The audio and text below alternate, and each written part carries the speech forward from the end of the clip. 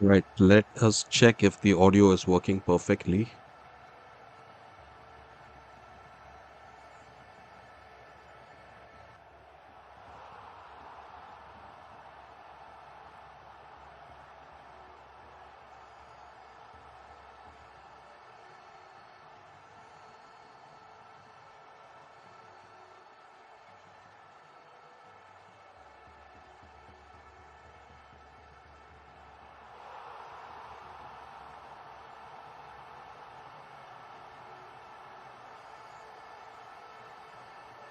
Right, so let us begin this stream as the players are almost ready to start the proceedings.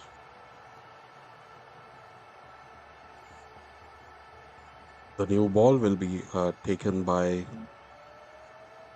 Richard Ingarwa, and on the West Indies side, the openers are going to be Shai Hope and Brandon King.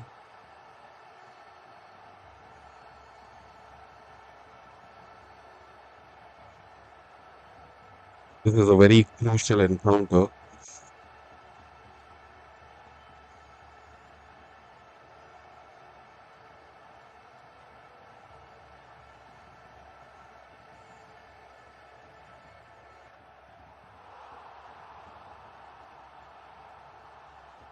The outcome of this match will affect the standings in the group where India is,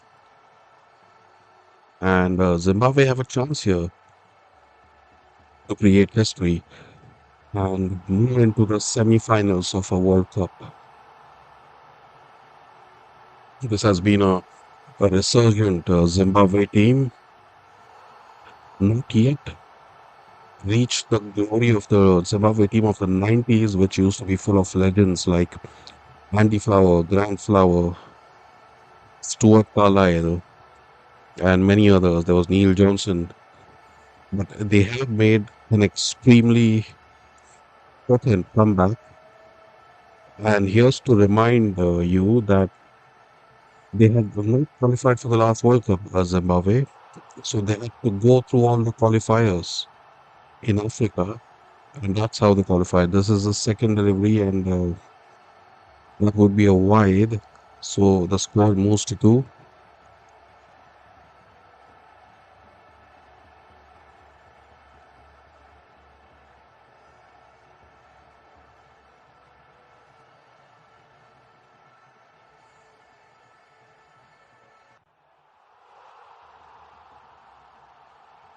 West Indies would be hoping to put up a formidable table total on board because this is not a team that would be intimidated by 160 or even 170. They have enough batting firepower. As that one swings away again, and that would be yet another wide.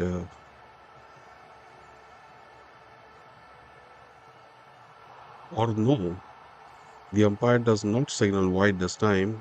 It might have taken a bit of the pad on the way. So as things stand, the score is still two for the loss of no wickets, and two legitimate deliveries have been bowled. The third one is a quick single, and Zimbabwe have a huge opportunity on their hands. I won't exactly call it an upset, considering the way they have been playing throughout this tournament. Remember that Zimbabwe is one of the unbeaten teams of the tournament, and very few teams remain like that. So you have to give them credit for it. Let's see if they are able to repeat the group stages magic in the Super 8s.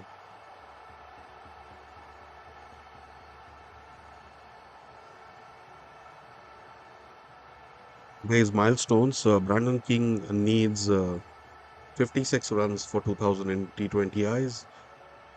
Wellington Masakadza need one wicket for 50 in T20 internationals. So we're looking forward to quite a few milestones during the course of this game. Angara again bowling to Brandon King. He can only deflect it towards the fielder who fields it, and that would remain a good ball. This looks like a spirited start to the bowling by Zimbabweans. They're not really giving anything away apart from that single wide. They seem to be focused. They're fielding well, and they look like they have gelled together well as a unit. All right, here as we get ready for the last ball of the over, Tengarawa moves to one king who plays it to the leg side for a single. At the end of one over, it is four for the loss of no wicket. If you just joined here, please take a second to drop a like and a subscribe. It's a growing channel and one of the very few English commentary channels you will find on YouTube. The next bowler would be Blessing Muzarabani, and what a tournament he's been having. The West Indies have a decent record at the ICC T20 World Cup with a win rate of around 60%. Hardcore cricket fans will remember that they won two World Cups in a row, and in both the finals, the man of the match performance was by Marlon Samuels. All right, Blessing Muzarabani. He's got some pace. He is ready to take the ball. Will he cause any early ripples in the West Indies lineup? Here he bowls to King. He tried to take a quick single, but that was stopped by the fielder, so that would be a dot ball. So far, there have been about 4 to 5 dot balls in the innings, and West Indies have to take care not to let the dot balls pile up. It can be a good power play, really matters. This is not exactly a ground where you can just turn up and tonk 250. All right, so that was a single taken by Brandon King. That gives the strike to Shai Hope now. This has been a quiet start by the West Indies so far. This match is being played at the Wankhede Stadium in Mumbai. And let me tell you, it is not easy to score freely in the first few overs at the Wankhede because you will always find that the new bowlers get some amount of movement. Zarabani once again to Hope, and that is a quick, risky single. They completed in time. That's well done. As the score inches along to 6 for no loss. So far, they have both King and Hope. They have not showed any aggressive intent at all. Maybe they are just sussing out the conditions. Maybe they have a game plan of being watchful for the first 2, 3 overs and then doing the thing. And that would be a wise strategy, as Zimbabwe is not a team that you can take lightly. No, sir, not at all. They have remained unbeaten so far in their World Cup campaign, as have the West Indies. Oh, that is some swing from Muzarabani. Moved away from Brandon King, who had no clue about that one. And it was good pace as well. Brandon King is now on 2 of 7 balls. Well, that is a slow and scratchy start. Such a start would be looked down upon in modern day ODIs as well. Forget T20s. But he is a powerful batsman, and I'm sure he will be able to compensate in the coming overs as Muzarabani is here with the fifth ball, and that is batted straight past the bowler, but that would only be a single. As Brandon King moves to 3 and the score moves to 7. This has been a very tight over by Muzarabani. He has beaten the bat a couple of times, taking full advantage of the conditions. Wankhede Stadium is right on Marine Drive next to the Arabian Sea, and there is a cool sea breeze that blows in every day and that assists in some amount of swing. Oh, that kind of grew large on Shai Hope, and he could only defend it awkwardly as it was about to smash into his rib cage. That would be the end of 2 overs, and the West Indies are 7 for the loss of no wickets. This group has been thrown wide open now. Let me remind you, this group has South Africa, India, West Indies, and Zimbabwe. So after India's loss yesterday, it is South Africa who is leading the table. And now all three other teams are in a fight for that single spot because I'm quite sure that South Africa would make it. They just need to win one in the next two because they have such a superior net run rate because of that heavy defeat of India that they can afford to take a little easy, but not these teams, and especially not the West Indies. They would be very careful about how dangerous the Zimbabwe team can be, and that is the lucky boundary. And it was deflected from the pads and went past the wicket keeper, and the umpire signals select by. That struck the leg. Well, I'll be honest here. Bengal kind of deserved it because he has been straying on the pads a bit too much for my liking. This was the third time he has done that. He's already conceded a while. So I think this would remind him to stick to a decent line and length. All right. How will he recover? Let's see. Engarawa to Brandon King. And would you believe it? That one is slogged straight into the stands. That one is deposited into the stands, ladies and gentlemen. And awful hit from Brandon King. That was almost. And now that would be a wake up call for Engarawa because this over has kind of undone all the good work they did in the first 2 overs where they were bowling very tight. This was a shortish delivery, not too much pace on it. And Brandon King is not a batsman to miss out on these lollipops. And the captain in discussion with the bowler because the last two deliveries have gone for 10 runs. They would not want the West Indies to have a big power play because these conditions here at the 1K they get easier as the innings goes along. So they would have to make full use of the power play. Brandon King once more, and that would be a dot ball that is well fielded by the captain Sikandar Raza, who is always prowling that region. He's always like a leopard ready to pounce on every delivery. He is leading by example in this World Cup so far. All right, here is Engarawa once again.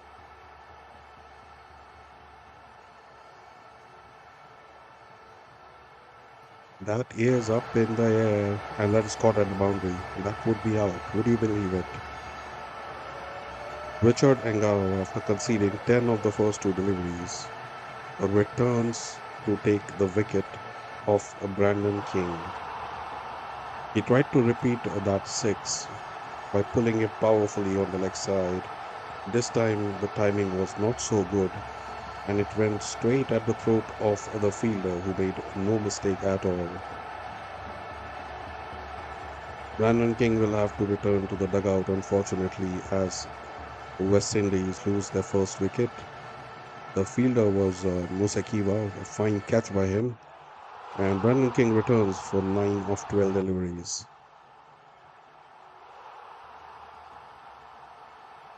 2.4 overs have gone by, and West Indies are at 17 for 1, playing at around 6 runs an over. I would say so far it is advantage Zimbabwe.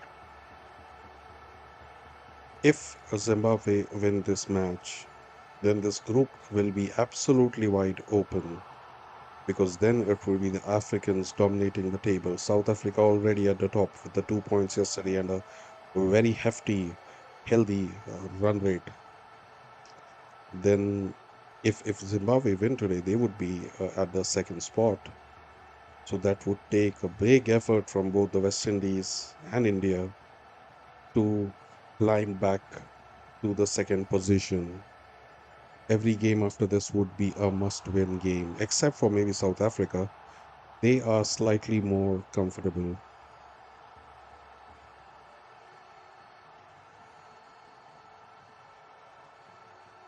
That was a wideish bouncer, a slow bouncer from Engarawa, one of his variations. And, well, Brandon King simply mistimed it because he does have the power to cross the boundary, but this time it was simply mistimed, did not take the middle of the bat. All right, the new batsman, Shimron Hetmeyer, takes the crease. Left-handed batsman, very experienced in these conditions. And in the very first delivery, he lofts it over mid-on for a very easy boundary. Well, imagine doing that in your first delivery. He just flicked it, and that was all wrists and timing. Oh, he can be a very dangerous batsman because he has the ability to both. He can anchor the innings as well as hit the big shots.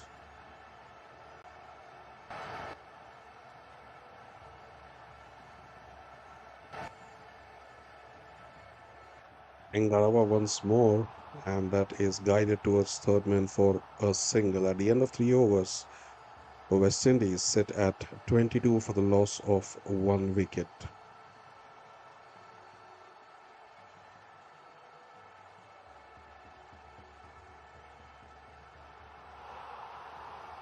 These two are known for their ability to anchor the innings, but I'm sure one of them will take the initiative. Most probably, it will be Hitmeyer who does the hitting, at least in the power play, while Shai Hope takes on a more defensive role. Will we have to wait and watch for that?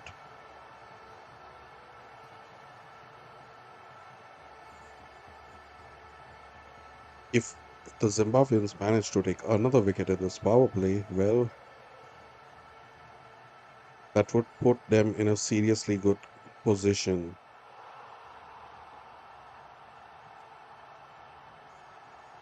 And let me remind you that the West Indies, they have a lot of power hitters in their ranks, players with plenty of experience playing in Indian conditions. Muzarabani coming into bowl in the fourth over, it would be a dot ball.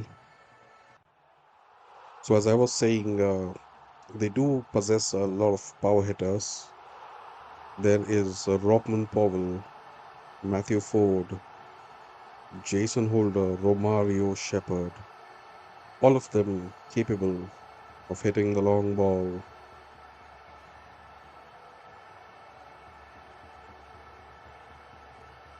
From Muzarabani to Hetmeyer. And that is pulled behind the wicket for a clean boundary. That might have taken the edge, but Hetmeyer knew what he was doing. He swiped at it and used Muzarabani's pace. And since only two fielders are allowed outside the circle in the power play, that was an easy boundary for Shimron Hetmeyer. Well, he's up and running, already 10 from 5 deliveries. On the other hand, Shai Hope is looking kind of circumspect. 2 runs of 4 deliveries.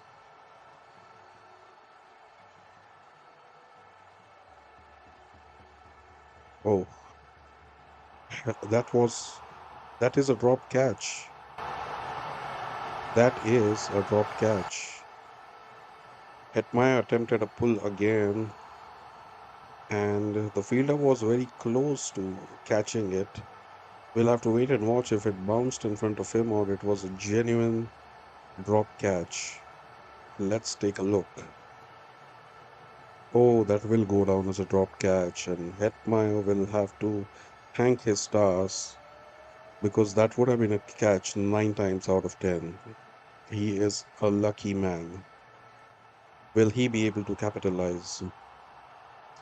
The captain Sikandar Raza and Blessing Muzarbani both look disappointed with that effort. Oh, that was a wild swipe at the ball by Shai Hope. Very uncharacteristic of him. Normally, he is quite watchful during the power play. But he attempted a wild heave, and that ball misses the bat and goes to the wicketkeeper for a dot ball. Will this dropped catch go on to haunt Zimbabwe? Well, if Hetmeyer goes on to score a 40 or a 50 and beyond, they would regret it because he is not the kind of batsman you want set. That is a dot ball as a Shai Hope can only guide it towards the fielder who was waiting like a hawk. A slow start by Shai Hope, I have to repeat, but that is something that is to be expected. He normally takes on the anchoring role, whether in ODIs or T20s. Apart from that one wild attempted slog, he has been very watchful. Let's see if he is able to close out the over with a bang. Muzarabani to Shai Hope, and he again charges down the pitch as the ball takes the inside edge, goes towards third man, and they have enough time to run for two. Shai Hope has been looking scratchy so far as he reaches 4 of 7 deliveries. At the end of 4 overs, West Indies are 29 for 1. If you're here for the first time, please take a second and hit a like and subscribe. That will help me a small growing channel. This is one of the very few English commentary channels you'll find on YouTube. Thank you in advance. All right. Who will take the next over? Would it be Richard Engarawa again? Or will we see spin for the first time?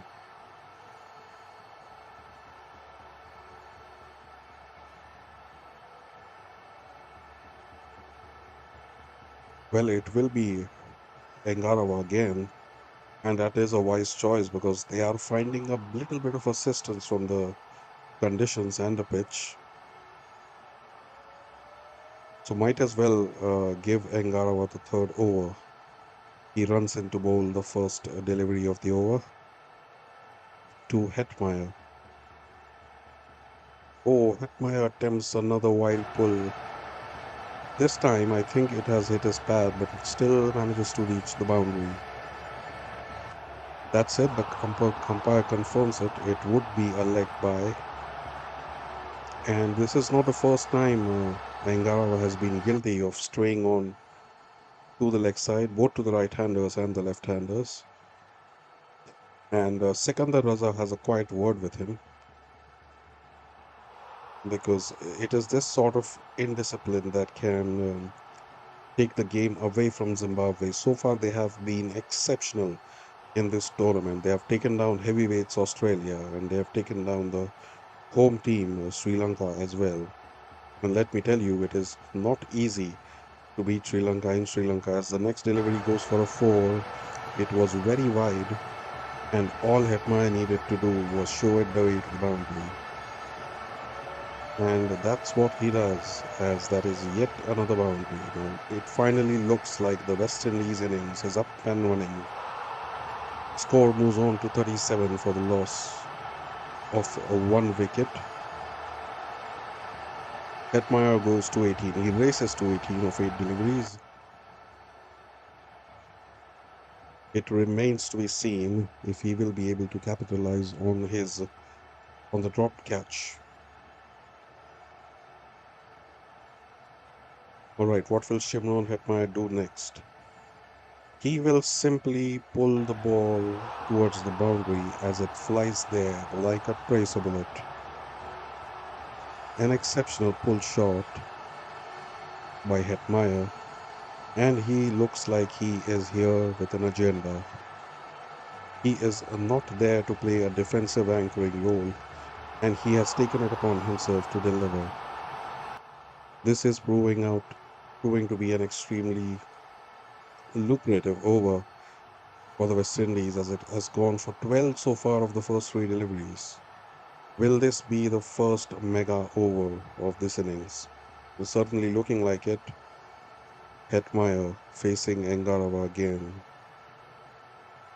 This time it's a slower ball, and Hetmeyer just pats it along the pitch and attempts a quick single, and he is successful as they complete a single as the score reaches 42 for the loss of one wicket. Hetmeyer is on 19 of 9.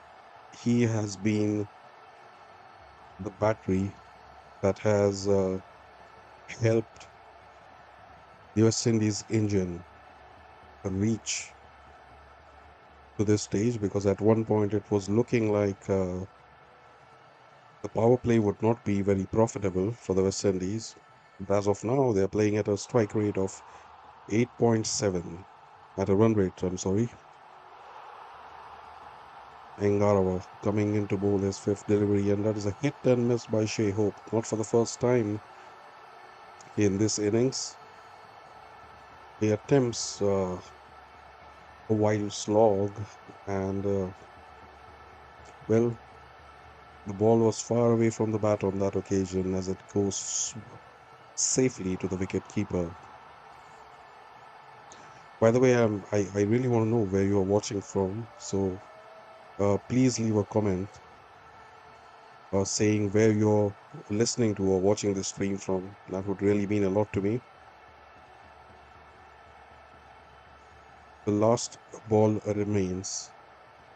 Shai Hope will again face a Richard Angarawa who runs into bowl, and that goes to the boundary. A fantastic cover drive by Shai Hope. He has been hitting and missing for a while, but this time he timed it perfectly and it sailed past the fielders, no problem whatsoever. With that boundary, the score of West Indies goes to 46 for 1 of 5 overs, and they are motoring along at a run rate of 9.2. This proved to be an expensive over as it cost 17 runs. Not expected from a senior pro like Ngarawa. He was all over the place in the first half of the over. Who will the next bowler be? It will be Brad Evans.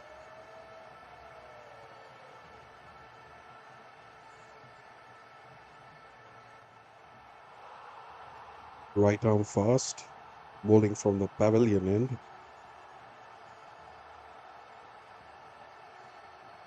Let's see if he is able to cut off this budding partnership. It's already 29 of 15. Last wicket to fall was a Brandon King. All right. A good delivery by Evans has Hetmeyer only defends it, and it is a dot ball. He bowls in the mid 130s, Brad Evans, and sticks to a good line and length. No fancy tricks, but he is a solid, reliable bowler. Hetmeyer has had a long experience playing in the IPL, playing in these kind of situations on these grounds. So, well, here he attempts a shot on the leg side that would only give him a single. At first, it looked like it was racing away to the boundary, but the fielder did well to stop it, and that would only be a single. All right, the strike goes back to Shai Hope. He is playing on 8 of 9 deliveries, a cautious start, but one of these two can afford to be cautious right now as They are running along at a decent run rate. No need to be ultra aggressive right now. And they have some quality bowlers, Zimbabweans. You have to appreciate them as well as he plays it into the air and it goes past the fielder. Well. That was in the air for a couple of seconds, but it was safe enough for Shai Hope to run 2 runs. Bit of a slow reaction from the fielder there. If he had started running towards it right from the get go, he could have possibly caught it. The bowler is a bit unhappy with the effort, but he'll have to move past that and bowl the next ball. That is hoiked over the covers, and that went like a tracer bullet. What a fantastic shot by Shai Hope. There was no doubt where it was going to go right from the moment it left the bat. It made a sweet sound and it caught the middle of the bat. No fuss whatsoever. That takes the West Indies score to 53 for the loss of 1 wicket.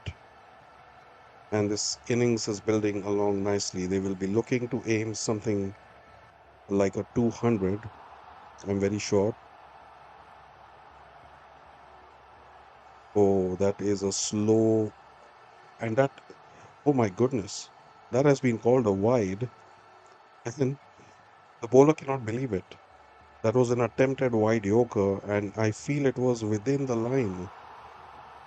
Well, but the umpire decides that it would be a wide, and we can't argue. It's simply not a fair world for the bowlers, and that is clearly inside the line. I don't know what the umpire was thinking. Well, it's a batsman's game. All right, next ball. He hoiks it into the air. It is in the air, still in the air, and the fielder takes a fantastic catch. What a catch that was. My goodness.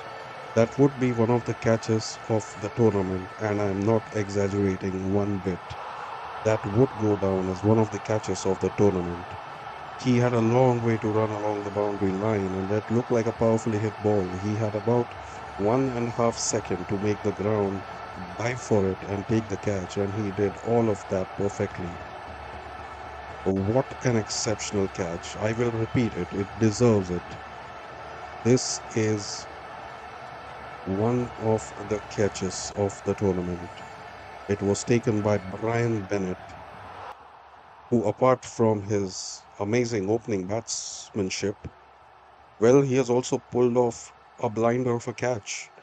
And Shai Hope, the backbone of the West Indies batting, will have to return to the dugout. He will have to return to the dugout. And as things stand, the umpires have called for a drinks break, even though one ball of the power play is left. And the score is 54 for 2 at the end of 5.5 overs as Rohman Powell joins Shimron Hetmeyer.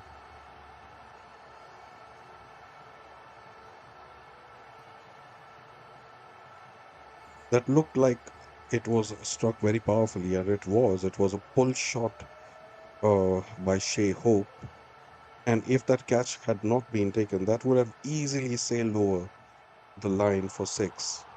But Brian Bennett, he immediately knew where that ball was headed, and he ran off the blocks like a leopard, covered a lot of ground, and put in an excellent dive to take a catch at the boundary. You do not see these kind of catches very often, but here you are. Well, that changes things a bit for the West Indies because now Shimron Hetmeyer, who is looking set on 20 of 11, he had a partnership going with Shai Hope, but he is now joined by Rohman Powell, who is very fond of hitting the big shots. So, will we see Hetmeyer taking a bit of a back seat to let Rohman Powell hit the big shots, or will he continue as he has been playing all along? We'll have to wait and watch. This is proving to be a very difficult group. Yesterday, we saw what happened as the South Africans demolished India and threw the group wide open. If Zimbabwe managed to win today, well, I have a strong feeling that the net run rate is going to decide the semifinalists from this group. With every game being a win game for everyone, except maybe the South Africans who are sitting on a nice cushion of run rate. All right, Rothman Powell joins Shimron Hetmeyer, and the very first delivery, he gently deflects it to the leg side and takes a quick single.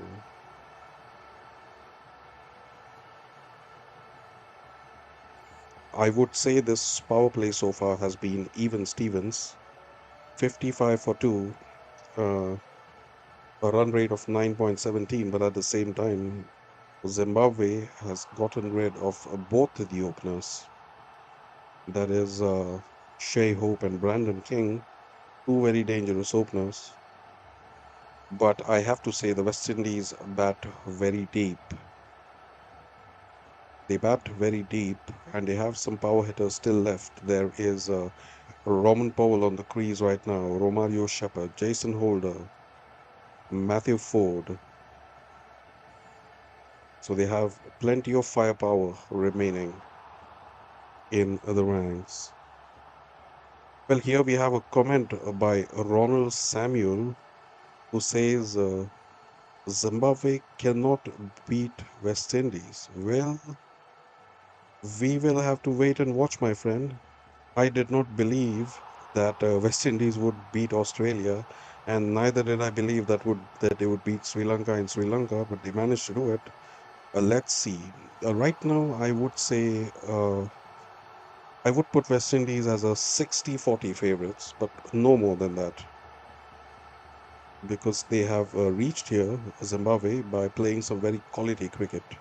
They've beaten teams that are way bigger than them, so you have to give them some amount of credit. But let's see, only time will tell. Just stick around for another 2, 3 hours and we shall know. Myself, I'm a neutral as I'm supporting both the teams. I find both teams very exciting. And I do have a soft corner for Zimbabwe, I have to admit. They used to be a very strong team in the 1990s. Graham Kremer is here for the seventh over, and first one went for a single, as this one is a misfield near the boundary. That gives enough time for the batsman to take two. Spin for the first time. Graham Kremer, by the way, is has made a return to the Zimbabwe team. He had actually left cricket for a while to go live in Dubai, but he has returned. Shimron Hetmeyer bats a single down the leg side. He has removed his helmet for the spinner. Well, it looks like his intentions are clear. It is only a matter of time before we see him dancing down the wicket to attempt a six. I have to describe that catch again. That was lofty pull shot by Shai Hope, and it was caught by Brian Bennett near the boundary, and that would remain one of the catches of the tournaments. It would certainly make the highlights package of the tournament, not just this match. So far, this has been a decent fielding effort by Zimbabwe. There has been one dropped catch, yes, but there has also been one brilliant catch and some very agile ground fielding. Hetmeyer once again as he bounces down the track, just as I have predicted. Well, there's a reason he removed the helmet. That ball sails away into the stands. Sails away. That is 20, 30 rows deep. Wow, just wow.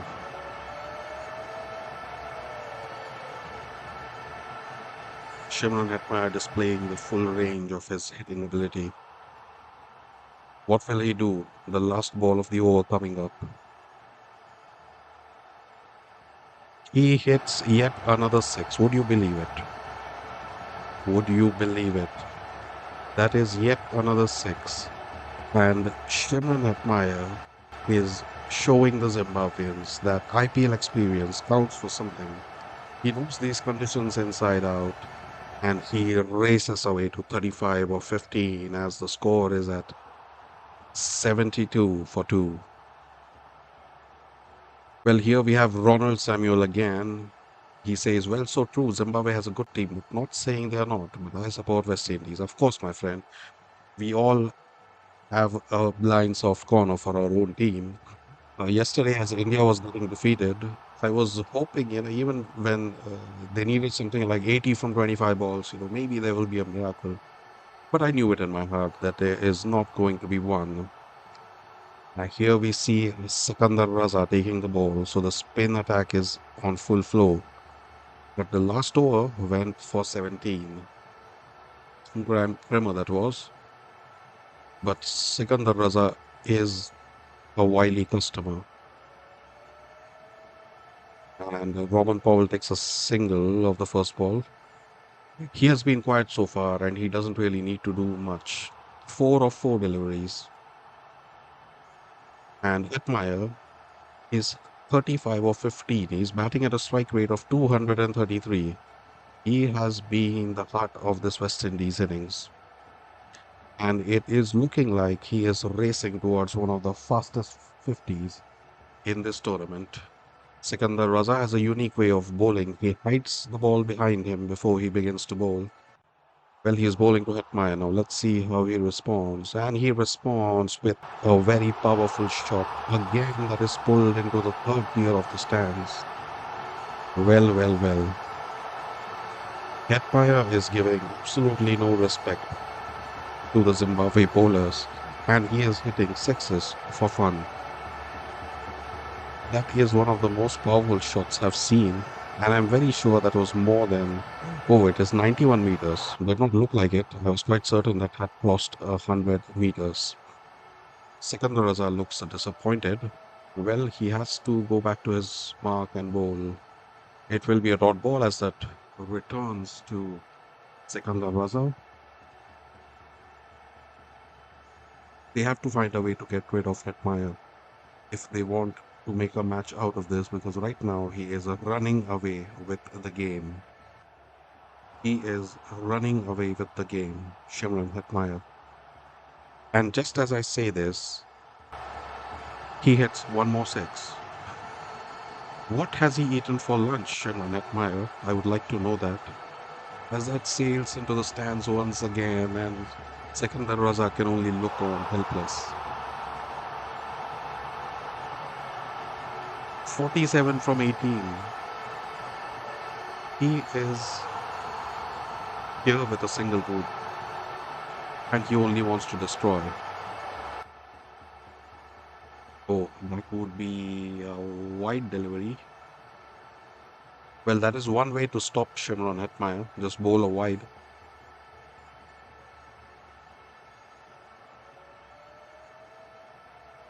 Hetmeyer completes 1,500 runs in T20 internationals.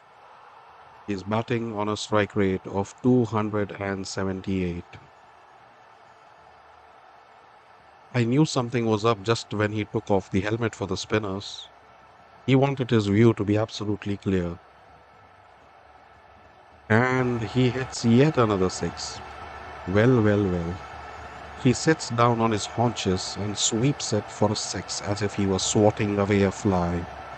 He raises his bat in delight as that is a 50. 53 of only 19 deliveries by Shimron Hetmeyer. What an exceptional innings. What an exceptional player. He has given the West Indies a clear advantage in this game as this over goes for 20 and the last one went for 17. 37 of 2 overs.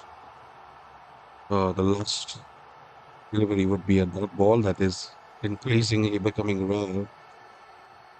Well, what a destructive mood this man is in. Well, I have to agree with Ronald somewhat here, Ronald Samuel 299, that West Indies are indeed looking the favorites right now because they are batting at a run rate of 11.5. I mean, come on. 8 overs have gone for 92 for 2. Zimbabwe will have to pull a rabbit from the hat if they want to attempt to stop the rampage in West Indies.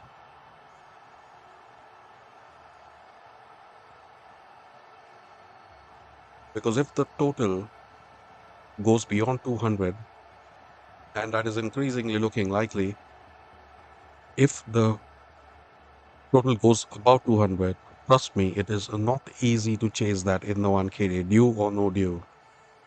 Graham Clemmer makes a comeback, and Raymond Powell deflects it behind the wicket keeper for a quick single. That brings Hetmeyer back on strike, and you can immediately see the creases on the foreheads of the Zimbabwean bowler and the captain, just trying to figure out the way to stop this man. And that makes the fastest 50. Hetmeyer, the first one was Markram, also 19 balls against New Zealand. Well, the top spot is shared by three players, Pakram, Hetmeyer, and Shanaka. All of them hit a 50 of 19 balls in this tournament. The way he is going, he is surely a contender for the fastest 100 if he survives another 20 balls. I'm sure of that. Oh, this time he decides to take a single. That was a good delivery. This partnership, by the way, is 40 of 15 deliveries. The West Indies showing exactly why they are such a powerful force in T20 cricket. They might not be having the best time tests and ODIs, but they always remain a very tough opponent in the T20 format. Their players have experience playing all over the world, also their own homegrown Caribbean Premier League, and they know when to bring out the firepower. As this time it's Rothman Powell. He pulls it straight towards the boundary where it flies like a bullet. Well, it is now time for Rothman Powell to flex his biceps, and he does that well. That was all power because that ball looked like it kind of stopped on the way to Powell. But he says, no worries, I have the shoulders of a bodybuilder and I can do whatever I want.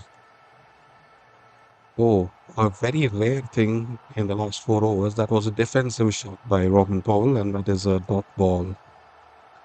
Ronald Samuel says Hetmeyer will take most of these overs because he is in form. Well, that's what the West Indies would hope. Just give the strike to Hetmeyer and let him do his magic. He seems to be have hit a purple patch, Shimron Hetmeyer, and he has a smile on the face. And they always do. I have never really seen a West Indies cricketer without a smile. They enjoy their cricket and they play serious cricket when it's time to play serious cricket. And when it's time to party, they party.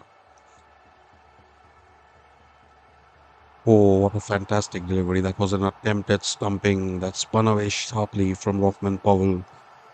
I think he has just made his ground in time. So it won't, that appeal won't amount to much as the umpire says it's not out. But that was a fantastic delivery, back of the hand, and that spun away sharply. That shows there is some turn in this wicket.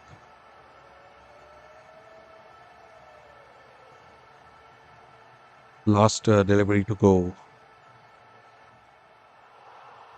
Ronald says Powell will join the fun soon. Well, I hope he does. I enjoy watching Roman Powell bat. I've I once saw him hit a six that sailed outside the stadium and hit a car somewhere. I don't remember if it was the Caribbean Premier League or the IPL. That surely happened, and you cannot do that unless you have plenty of power.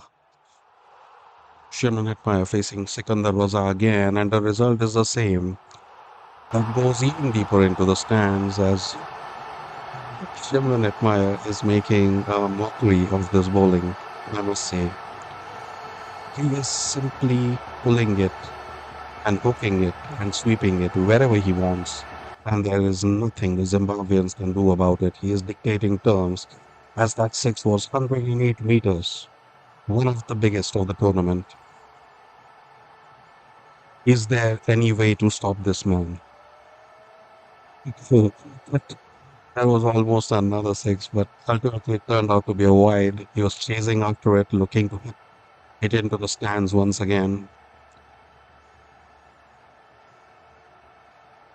He is on 60 of 22. This is possibly the innings of the match, and it could well be the innings that wins West Indies this game because the way things are going, they are looking like they will put on 220 comfortably. And just as I say this, he's the lastest one through point, and Hetmyer gets a boundary after a flurry of sixes. He says, "Hey, I can get a 4-2." And as he does that, he races away to 64 of 23. In this partnership, believe it or not, is 55 of 21 balls. And so far, Powell has not even done anything. Well, Sikandar Raza is looking well pressed at the moment. They're running on 5 years. That is a single by Hetmyer. That would only calm down the nerves of the Zimbabweans because he simply look unstoppable so far. Most runs in this T20 World Cup. Hetmyer is on number 3 with 198 of runs. Saib Farhan of Pakistan is 1 at 220. Nisanka is at number 2 with 208 runs. That is a huge appeal by Sikandar Raza. He looks very confident. That struck the pads of Rockman Powell. Is height an issue? The umpire was not interested. Will they take the DRS? Yes, they will, as that will be referred to the third umpire now. I think it was pitching in line and it will be hitting leg stump, but the only question is height. Will the height save for Rothman Powell?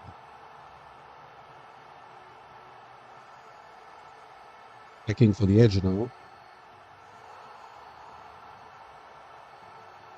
Well, there looks to be a clear outside edge. I'm not sure yet. The umpires will confirm it shortly. Yes, that is a thick edge.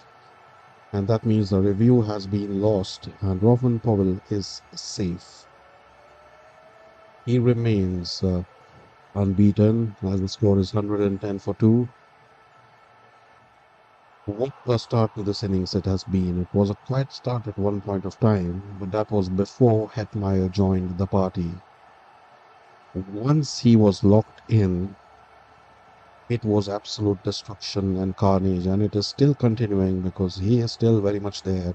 65 of 24.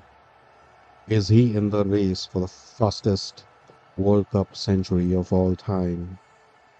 Well, I would like to see him do it because Hetmyer has always been one of my favorite players.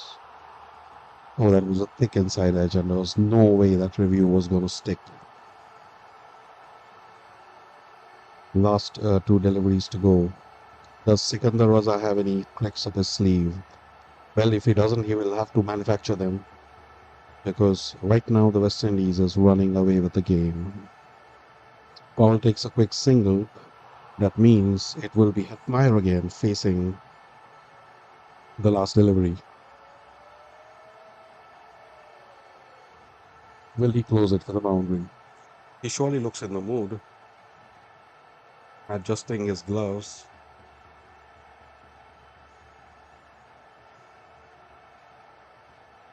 And that is a boundary again. There is no way to keep Shimron Hetmyer quite pretty.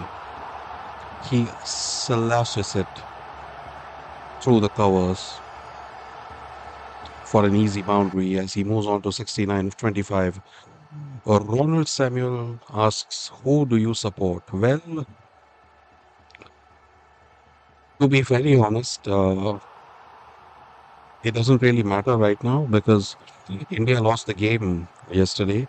So if any of these two win, they would bring them to second position. But I would say I had a soft corner for Zimbabwe because if Zimbabwe beats West Indies today, it will make India's job slightly easier.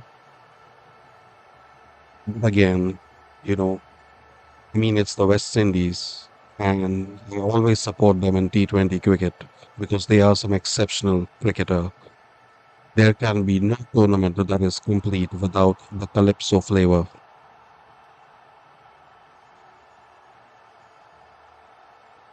Where are you from, Ronald, by the way? Are you, which of the islands? Is it Jamaica, Barbados, Trinidad, Tobago, St. Lucia?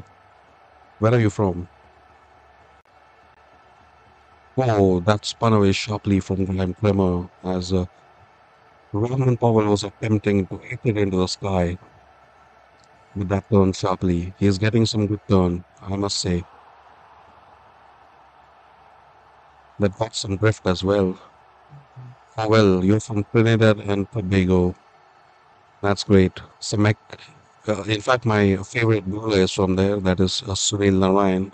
It's a shame that we don't get to see him in West Indies colors because I feel he is a fantastic bowler.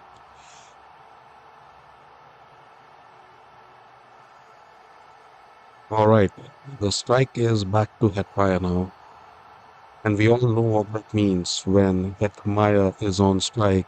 Something is going to happen.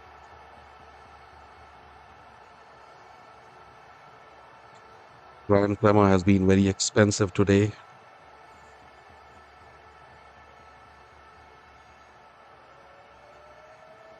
and they are running away with this game at a run rate of 11 right now. Another attempted big shot by Hetmyer, but this time he did not place it in the right area. That was taken by the fielder near the boundary, and that would only be a single.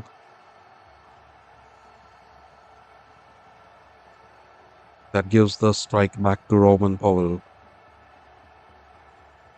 He has been a bit quiet so far, but that is natural. He doesn't really need to do anything at all. But here he attempts to do something as that ball is in the air, straight over the bowler's head. But there was no fielder near, so there was no chance of a catch. He has enough time to return for 2 runs.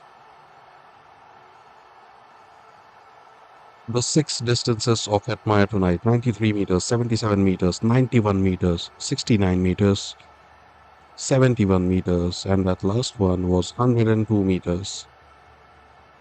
Well, I think the crowds really need some helmets today, judging the way Hetman is pacing his innings.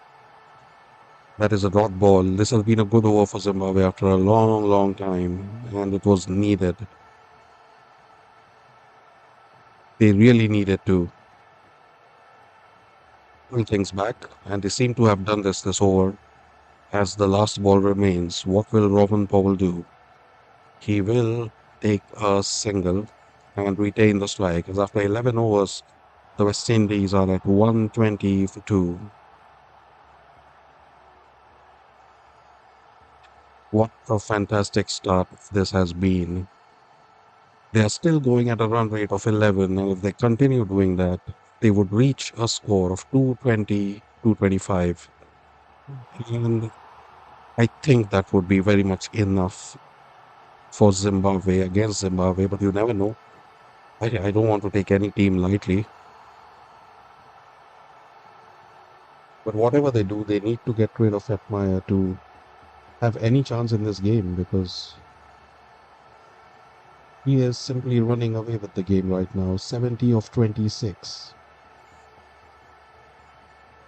Some of the shots had shades of Brian Lara in it, that high backlift and that clean hitting.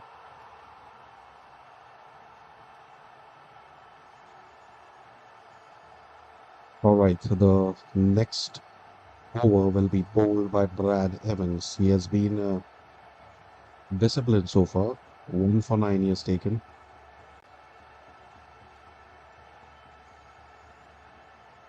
6 sixes have been hit in the last 30 balls.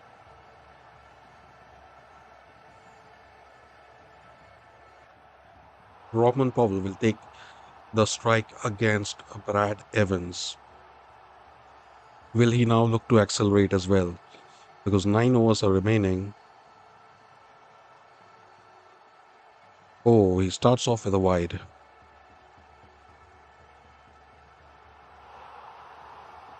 That pushes the score to 121 for 2. They're sitting very comfortably right now, West Indies. And Hetmeyer has a golden chance of scoring one of the fastest T20 hundreds of all time. And it's certainly the fastest in World Cup history. That is a quick single by Rockman Powell. Zimbabwe have pulled back well in the last 8 deliveries or so, conceding only 5 runs. But again, that is only temporary as Hetmeyer returns on strike. And whenever he is on strike, you can see that the Zimbabweans immediately start to change their fielding plans. There is always a huddle because right now he is not wielding a bat. He has a sledgehammer in his hands and he is battering the Zimbabwe team left, right, and center. The score predictor shows 218, and that is in the air. Will Hetmeyer be out? Oh my goodness. That is a dropped catch. That is the dropped catch. And is it a dropped match? Because that was Shimron Hetmeyer of all people. That ball was in the air for a long, long time. And he had all the time in the world to catch it. But I think it is the lights that affected his concentration. And in the end, it will go down as a drop catch against his name. That flew through his fingers, and oh, yes, that is the light. We can see him try to block the light. But at this level, these catches should be taken. Will that prove to be an expensive drop? You cannot afford to drop a man who is batting on 71 of 27 balls. You simply cannot afford to do that. Well, but it has happened, and as things stand, West Indies are at 124 for 2 as Evans runs into bowl the next delivery. Hetmeyer takes a quick single.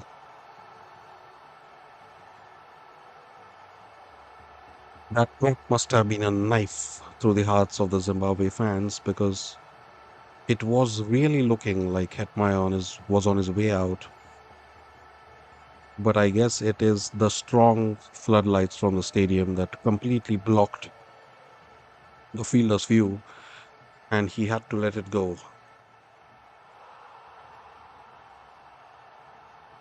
Robman Powell,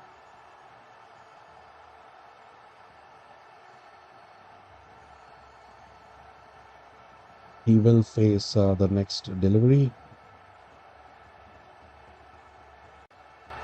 and Powell joins the party with a six, a powerful six on the onside. He got underneath it, and that was all muscle from Robman Powell, and a bit of wrist as well. He is now on 21 of 19. Well, if both of them continue to bat like this, I'm afraid it is bad news for Zimbabwe. Brad Evans once again.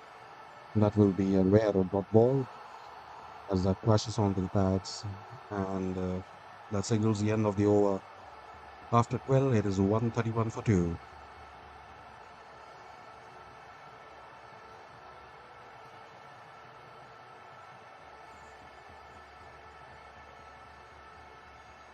Well, let me give you a perspective of how this game has headed. At the end of 6 overs, at the end of power play, West Indies were at 55 for 2, and now they are 131 for 2. That means 76 runs have come of these 6 overs. That is a run rate of around 13. The West Indies have been demolishing the Zimbabwe attack. Now we see a new bowler, Dion Myers. Will he bring any change of luck? Remains to be seen.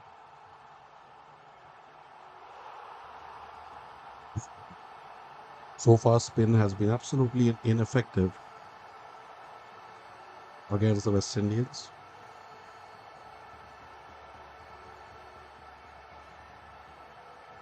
All right, let's see if Dion Myers can change the circumstances of Zimbabwe with his medium pace bowling. Well, he starts off with a wide, not something his captain would like in this situation, but he does bowl a wide.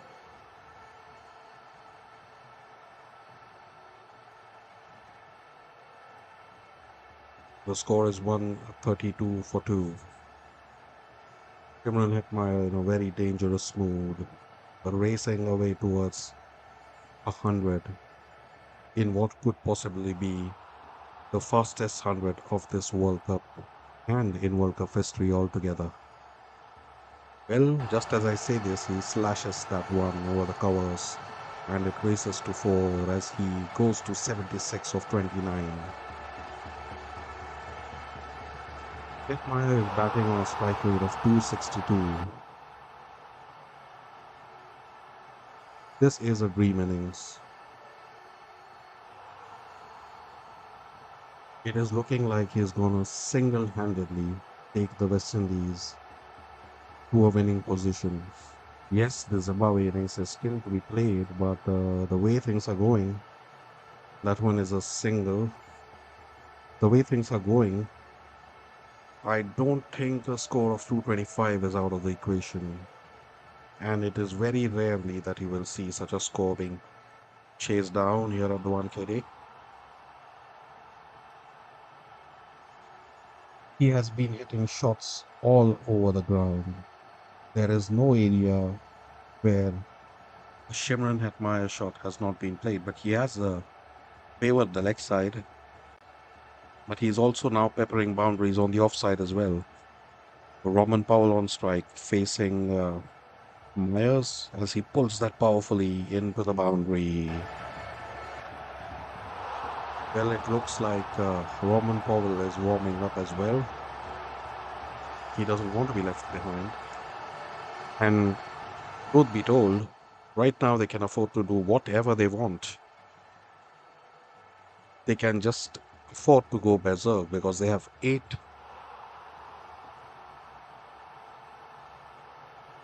wickets left and about 7 overs to go. So that is a full license to go bang bang.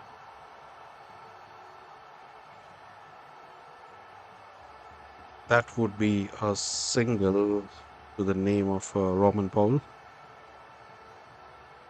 This over has already gone for 11, and we are still yet to see the last two deliveries bowled. Will we see one of the highest totals of this World Cup today? I think so, the way things are going.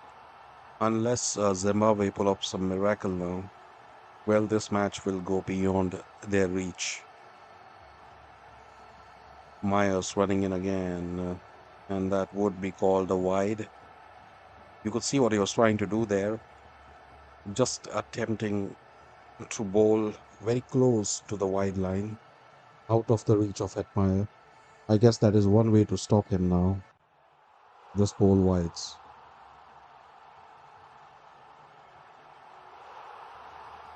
All right. Hetmeyer takes a strike again, and that would be a single as it brings back Powell on strike. So far, this has been a 13 run over. and the current run rate is sitting at a healthy 11.22.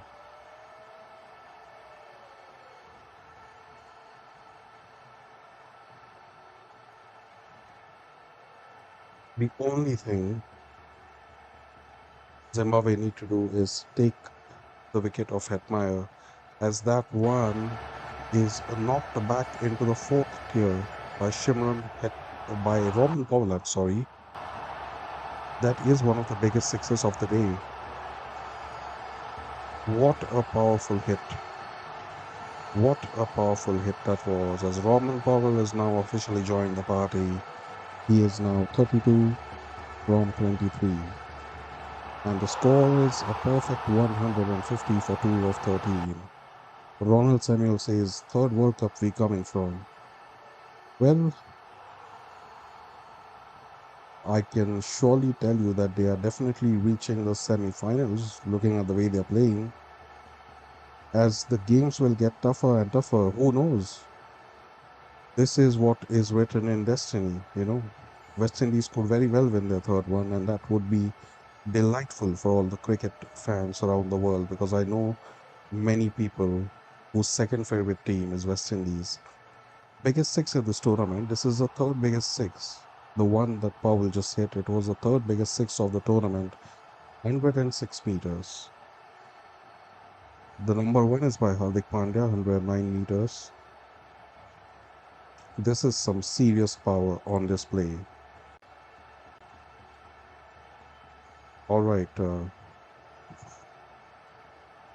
Brad Evans returns to bowl, and he takes the pace of the ball, and Hetmeyer deflects it for a single. He seems to have slowed down slightly. He knows that he doesn't need to go after every ball now, especially now when Powell is in this kind of mood as well.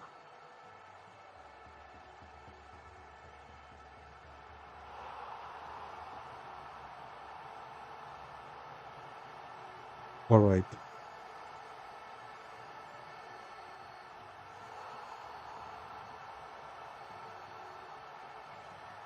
And that would be yet another six by Powell.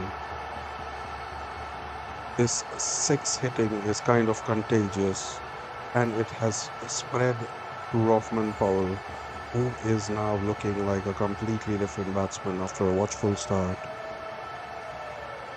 He just conked it straight past the bowler, and that was a flat six of 88 meters, and it crashed into the crowds like a rocket.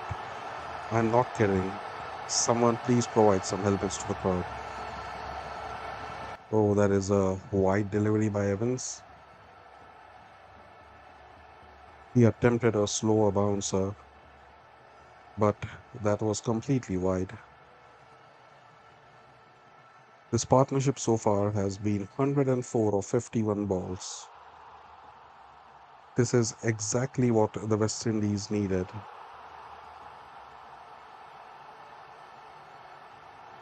Alright, the next ball is deflected off the pads of Powell, as he has enough time in the world to take two. He moves on to 40 of 25. And this has already been an expensive over, 10 so far from 3 deliveries. Well, honestly, after the sixth over, after the power play was done, almost every over has been expensive. All right, what will Rothman Powell do now? He can do just about anything, as they have a lot of cushion, the West Indies, 8 wickets in hand. And he attempted to hit it into the stands, but that took the outside edge, and it went sailing past all the fielders behind him, and that is a lucky four. Well, they say you make your own luck, and fortune favors the brave, and he has been playing bravely. So that is well deserved. That takes Roman Powell to 44.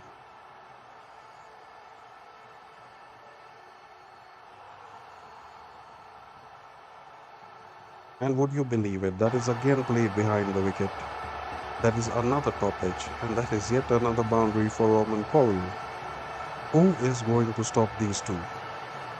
And when are they going to do it? Because right now they are running away with the game. And it does not look like Zimbabwe is in this game at all. He has raced to 48 at no time. Well, it looks like Ronald Samuel was right when he said Powell will join the fun soon.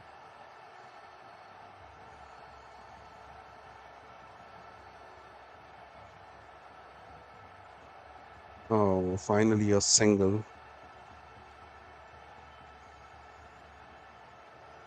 So that is 19 from the over as the umpires announce a welcome drink breaks for the Zimbabweans as after 14 overs, West Indies are 169 for 2.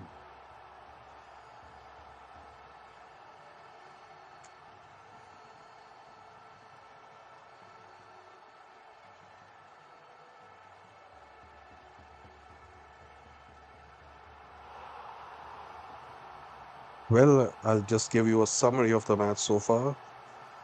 The Zimbabweans started off well with a quiet power play, but they restricted West Indies to 55 for 2 at the end of 6 overs.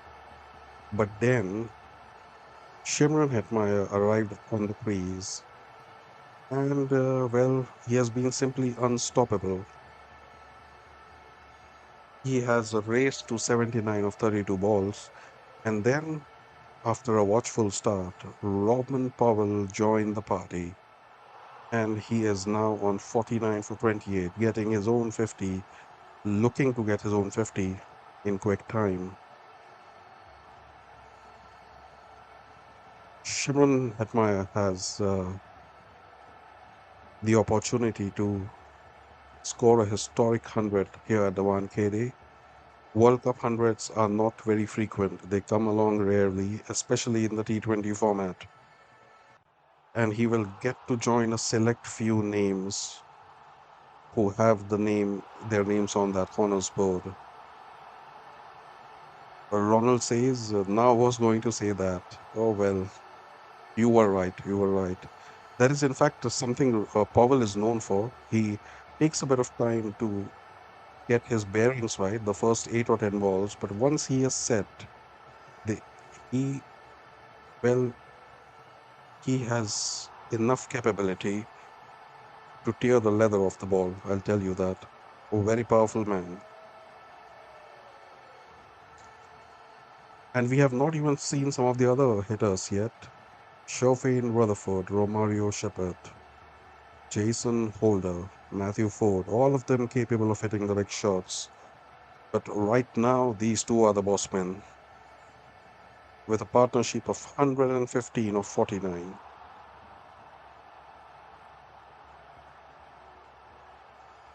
The current run rate is 12, which means they have even a chance of getting 240.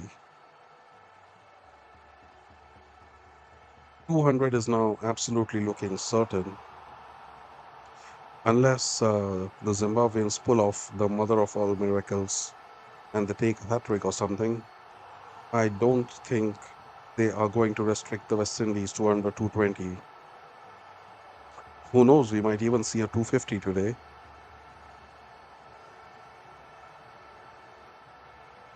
And if that happens, I would say the West Indies are 99% favorites to win the match because there is no way they're going to chase 250. It would take an innings of a lifetime from someone. In fact, they would need a couple of players to do that. Graham Kramer returns with his leg spin. He has been the bowler who has got the most turn out of this wicket, but he has been unlucky with the wicket so far.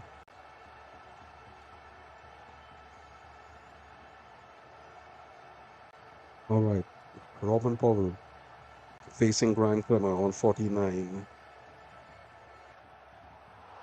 Oh, that is a single as he gets to his 50 and raises his bat towards the crowd to acknowledge their celebrations. Two very fantastic knocks from two very fine players who are no strangers to these conditions. They have dominated the IPL before and they know what it is to score quick runs in the hot and humid conditions of Bombay. Ronald Samuel says 237. Well, I guess that is your prediction. Let's see. My prediction is, well, it's very difficult to predict right now. And just as I say that, that is yet another six by Shimron Hetmeyer, who is looking like he feels there is no tomorrow. He wants to score all the runs today itself. Well, good for him, as he just had to sit down on his haunches and loft it into the sky for a huge towering six, 83 meters that was. Well, my prediction, well, I'll go with 230. Let's see who gets close. That is launched into the air, and finally, Zimbabweans have something to cheer about, as that is a fantastic catch taken in the deep by Brian Bennett. He had already taken an exceptional catch, and Shimron Hetmeyer has to go so close to 100. He was batting on 85, but you have to admire that it was a selfless innings. If he wanted to, he could have easily waited around to get his 100, but he was still attacking, knowing that the team comes first, and he gets a standing ovation from the Suwan-Kede crowd. What a blinder of an innings this was. Completely changed the complexion of the match. 85 of 34. And I have to say here, that was an exceptional catch by Bennett once again. This is the second great catch he has taken this night. Will this change the fortunes of Zimbabwe?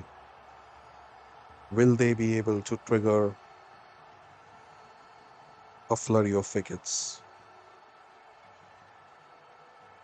Ronald says, well done, Zimbabwe. Well, I am afraid it is too little too late because they already have 176 on board with 33 deliveries to go.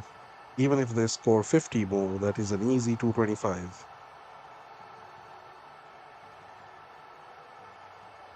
In at number 5, Sherfane Rutherford, another power hitter, another constant in T20 leagues around the world. He knows these conditions like the back of his hand.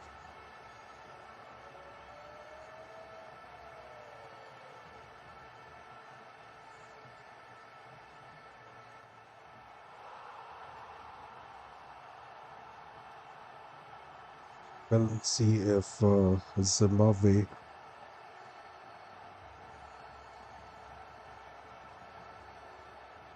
can get a couple of quick wickets because that is the only way they can stop the West Indies. Ronald says just compliment them, not supporting. Respect is due. Well, of course, you have to give them full respect. In fact, they had not even qualified for the last World Cup. They had lost to Uganda, and that was a shameful defeat. And this time they came back winning all the matches of the qualifiers and all the matches in the group stage. Well, there was a washout against Ireland, but that's not their fault. Well, it is looking likely that their unbroken streak might come to an end today because this is looking to be an imposing total. Hetmeyer brings himself to number 2 at the list of most runs in this World Cup. He's on 219. Rutherford takes a single. Well, this over has gone for 10 runs, and after 15, West Indies are at 179 for 3. How will they plan out their last 5 overs? They still have 7 wickets to go. All the firepower in the world they need. Zimbabwe have a task on their hands. They need to bowl exceptionally well. There is no way. I don't think they're going to restrict them to 200 or below. The only question remains, how far will they let them get? How far indeed?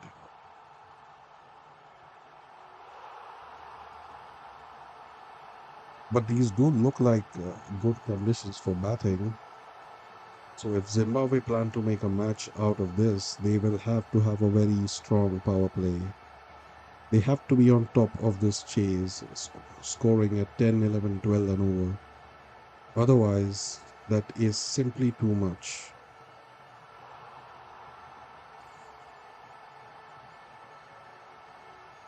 Sikandar Raza, the captain, returns to bowl. Rutherford takes a single, and I am guessing Powell, when he is in this kind of form, he will not hesitate to hit out. He will be looking to score virtually of all deliveries now.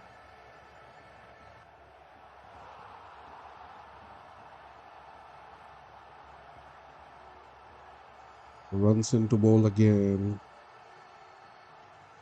and that is lofted into the air with a lot of power that goes 10 rows back into the stands as Powell helps himself to another six. The score races to 186 for 3. And despite the dismissal of Atmire, well, it's been difficult to slow down the West Indies. Oh my goodness, we have a man down. The captain, Sikandar Raza, is down. Powell hit that with a lot of power back at the bowler. And it hit him. Let's see the replay. It hit him flush on the fingers. There was no way he was going to take that catch because he had about a millisecond to react. That struck his fingers, and considering how powerful Robman Powell is,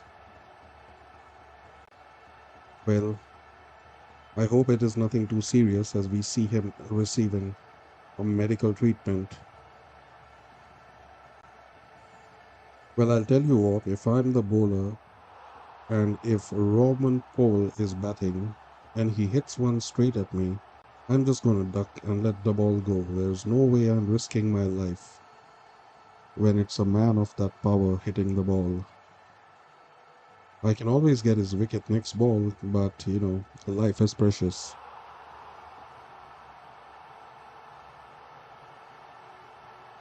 Well, it looks like there will be a slight delay as Sikandar Raza receives some medical treatment.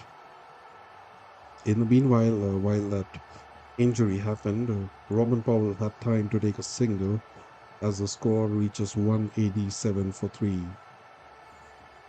of a 15.3 overs.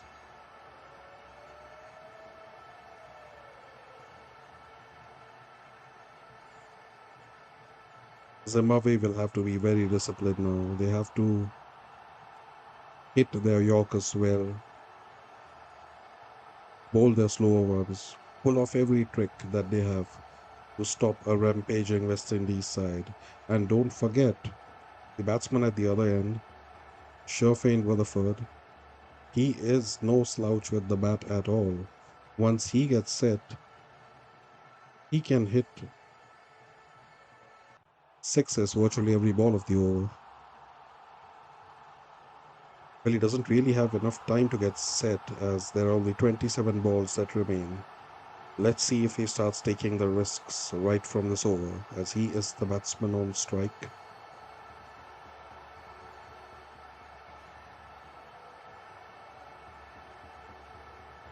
If West Indies win this match, they will be either number 1 or number 2 on this table, depending on the margin of defeat, because after yesterday's demolition of India, South Africa have a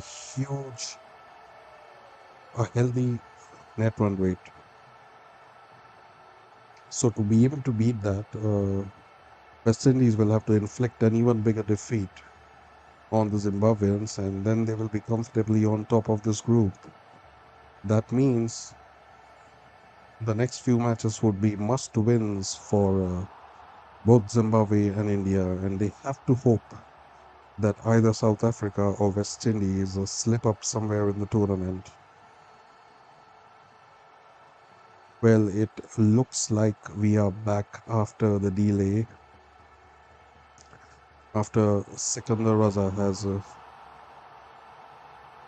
received some medical attention. He's back on his feet and looks to be fine, and he will continue the over. Rutherford takes a single on the offside. Score is now 188 for 3 and 2 balls to go in this over.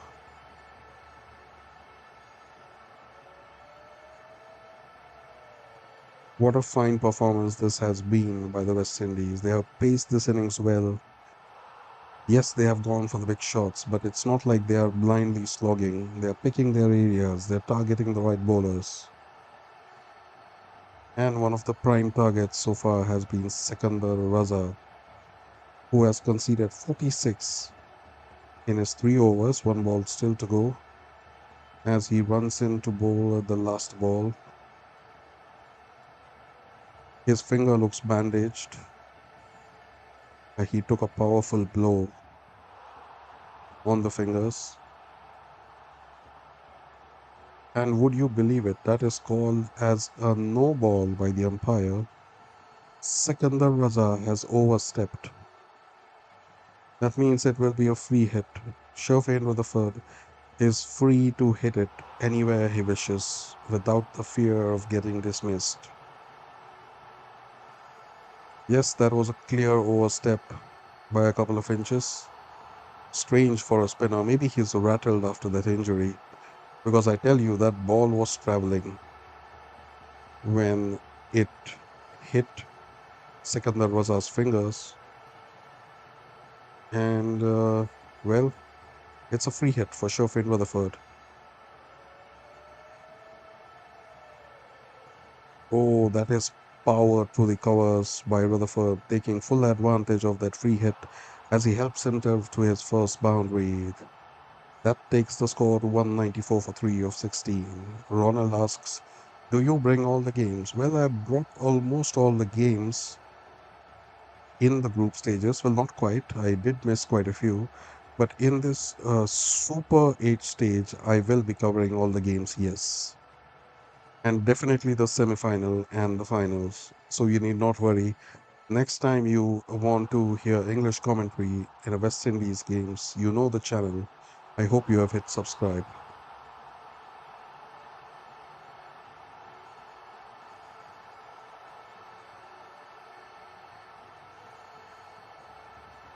All right, the 17th over. Who will bowl it? It will be Blessing Muzarabani, one of the strike bowlers of the team, and they desperately need him to fire because right now this game is drifting away from Zimbabwe. And no matter the amount of batting power, firepower they have, a score about 200 is simply not easy to chase.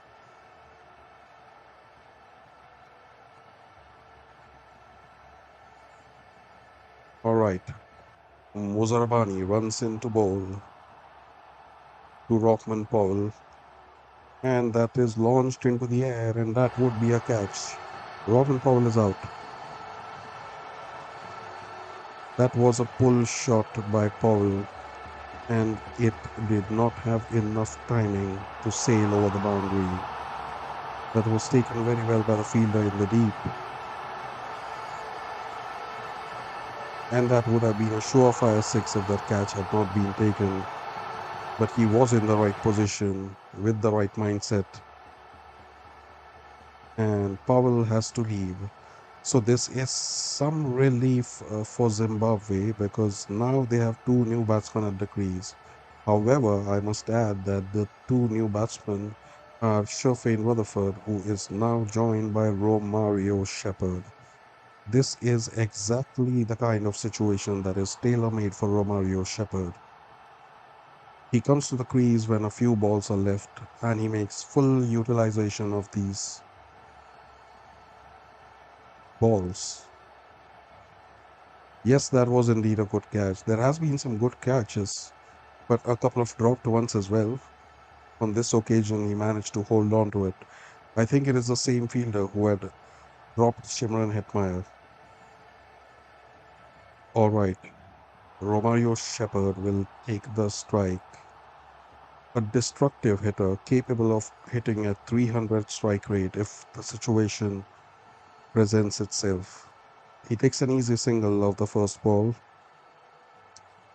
This is a golden chance for Zimbabwe right now to put some brakes to this innings. Already subscribed, can I share link? Oh yes, please do that. Please do that. And I'm very glad that people from West Indies are tuning in. Initially, I had thought that a bulk of the listeners would be from India, but it looks like they are content listening to commentary in Hindi. So no matter, we will cater to an international audience. Yes, please subscribe. Please share the link with your friends as the next ball is guided to a single by Shofane Rutherford. This is a golden chance for Zimbabwe to reduce the run rate somewhat and restrict them to a total of around 220, 225. That is the best case scenario for Zimbabwe right now. Because if Romario Shepherd gets going in the last 2, 3 overs, he can he is perfectly capable of taking the score to 250, and I'm not making this up. Oh, that was a wide. An attempted Yorker by Muzarabani, but that is just too wide of the legs. And but it has been a decent over so far, I must say. 4 of the first 3 balls. That is not at all bad for a 17 over in an innings that has been rocketing along.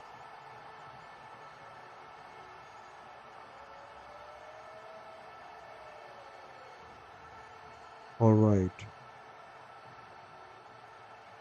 Shepard again guides it to a single. It looks like they will use this over to get acclimatized to the conditions because they don't look in any hurry. Maybe they have planned a late assault in the last 3 overs.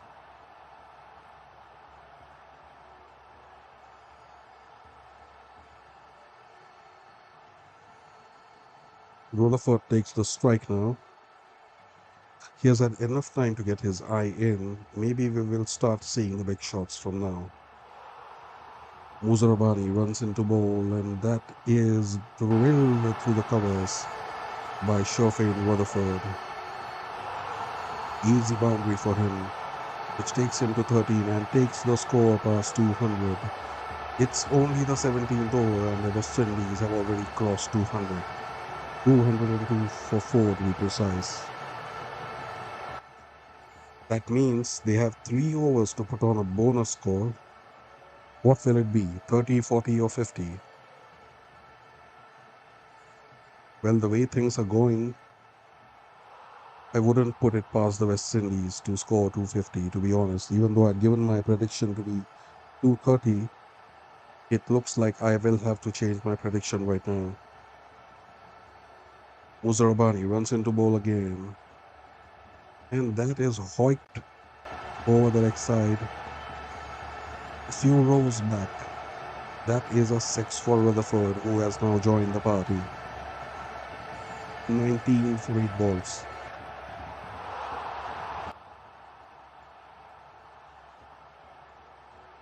Wow. That means at the end of 17 overs, West Indies are 208 for 4.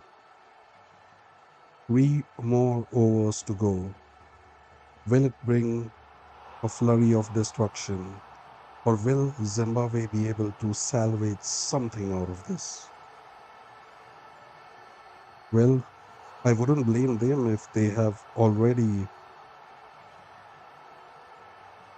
deflated their morale. because it is not easy to take such a beating and still be hopeful as Brad Evans makes a comeback to bowl his last over.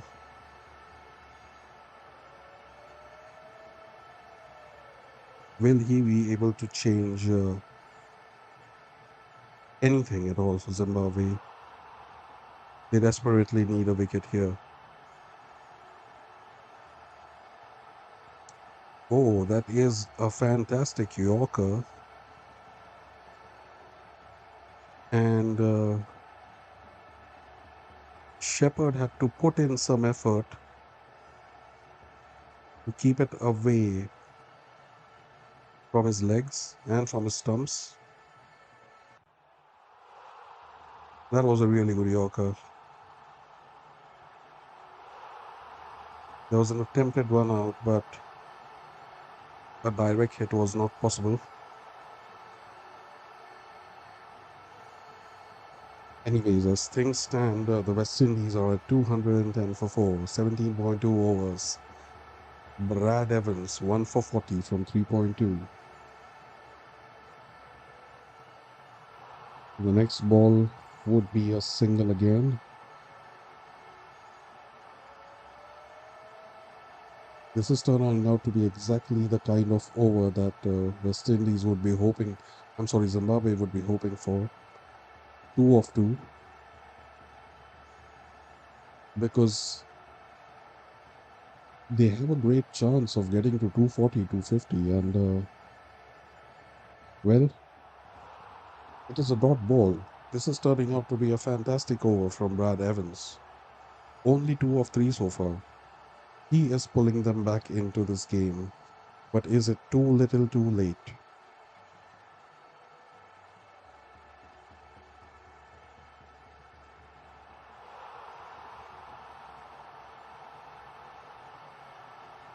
All right, that is yet another dot ball as Shepherd takes a wild swipe at it, and that goes safely to the wicketkeeper. Evans is doing exactly what the doctor ordered for Zimbabwe. The pressure is now on Romario Shepherd. He has 3 of 5 deliveries. Will he hit a big shot now? He has to. Not too many deliveries left. And that is exactly what he does. It is hit with enormous power, straight into the stands. That is gone into the second tier. Well, well, well. That gets the West Indies to 216 for 4. And this quiet over is suddenly not so quiet anymore.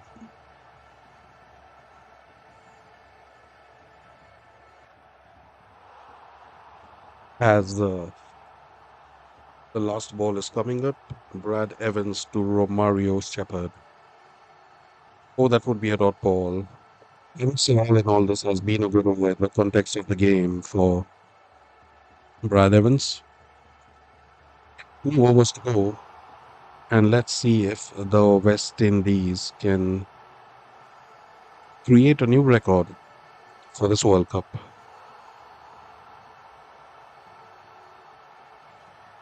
They have a golden opportunity of inflicting a heavy defeat on the Zimbabwe. All due respect to Zimbabwe, I'm not counting them out just yet. But this score is already 216. Well,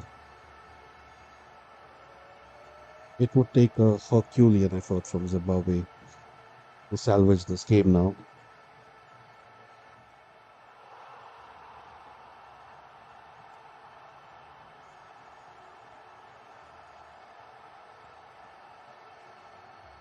Many people must have expected Zimbabwe to do better than this. Let's see. Richard Angarawa coming in to bowl his last over, and that is a fine Yorker. The only thing Rutherford can do is dig it out and take a single.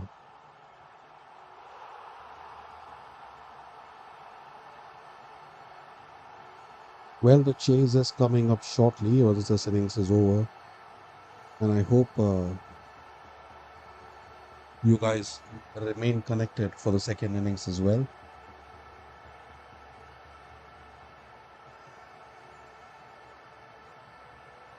All right. Richard Engarawa comes to bowl his second ball, and Romario Shepherd slashes on the offside, and it goes straight into the stands. Well, it looked like an outside edge, but that was hit with so much power that even that edge carried it past the fence.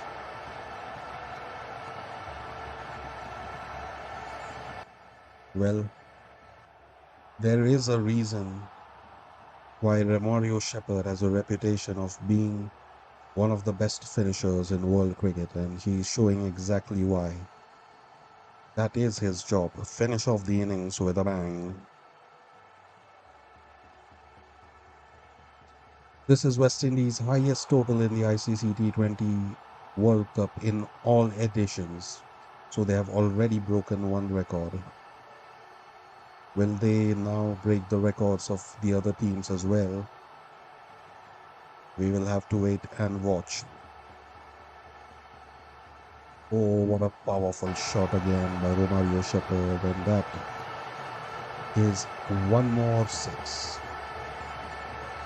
He has had no time to adjust, but it doesn't matter. He doesn't need any time. He's already on 21 of 9.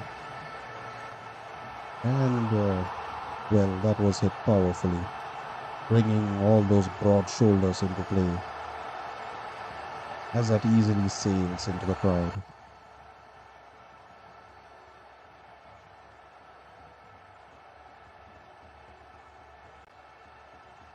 That is the hit in the air.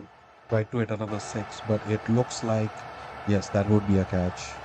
Finally, some relief for Zimbabwe. Again, is it too late? I don't know, but the score is already 229 for 5, and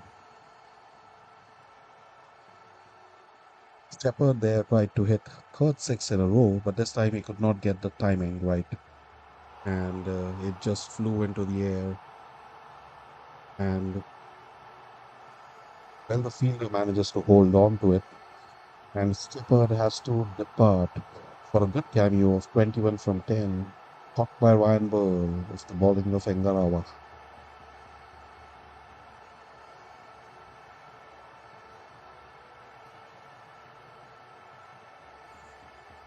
So as we stand, deliveries to go, 8 deliveries to go, and 21 to get if West Indies want to achieve 250.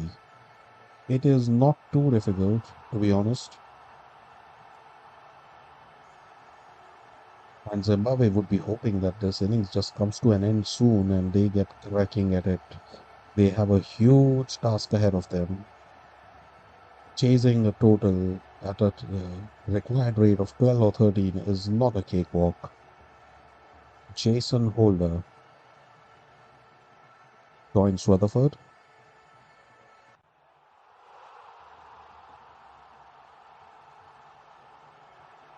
He is quite capable of hitting the big shots himself, known more for his bowling, but a fine all-rounder. Engarawa, well, he had kind of cut down on the pace, and ball just did enough for Shepherd to mistime it, and Ryan Burl took a great catch. It's not easy to take those under the lights.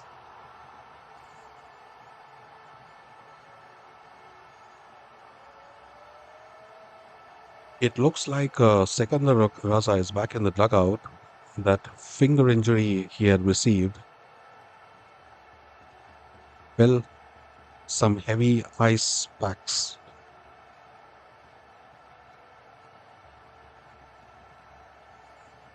If he cannot bat in the second innings, that would be a massive blow to Zimbabwe, as he also happens to be one of their premier batsmen, and they would absolutely need his services in this enormous chase. We still don't know what the final chasing total is going to be, as this innings is still not done. 8 balls still to go. All right, we'll return to the field of play with Holder taking strike against Singarawa.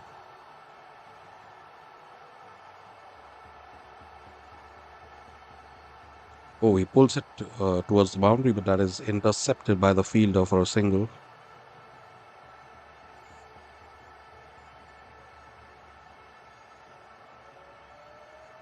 Jason Holder has been playing in the IPL for a long time now, knows these conditions well. Very experienced campaigner, cool head on his shoulders. However, right now the strike is back to Shofane Rutherford. Will he make the last delivery count? The last ball of the 19th over. I understand there is one more over to go after this.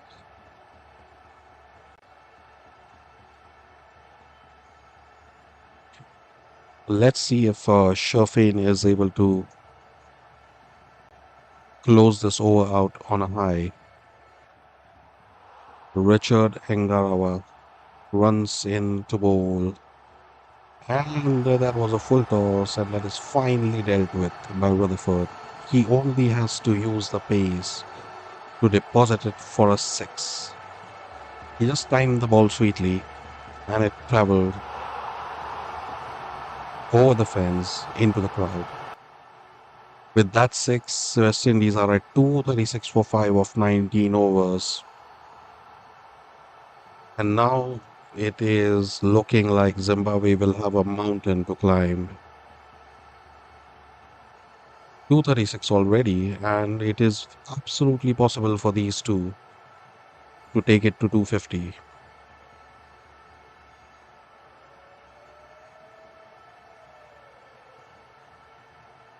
Highest team totals ever in T20 World Cup cricket. First is Sri Lanka, 260 for 6 against Kenya in 2007. This is the second score, so they've already made it to number 2. They're already writing history as we speak. They have been demolishing all records. And I must add that most of the other scores have been against weaker opponents like Oman and Kenya, while West Indies is doing it against Zimbabwe, and they are not a weak opponent at all.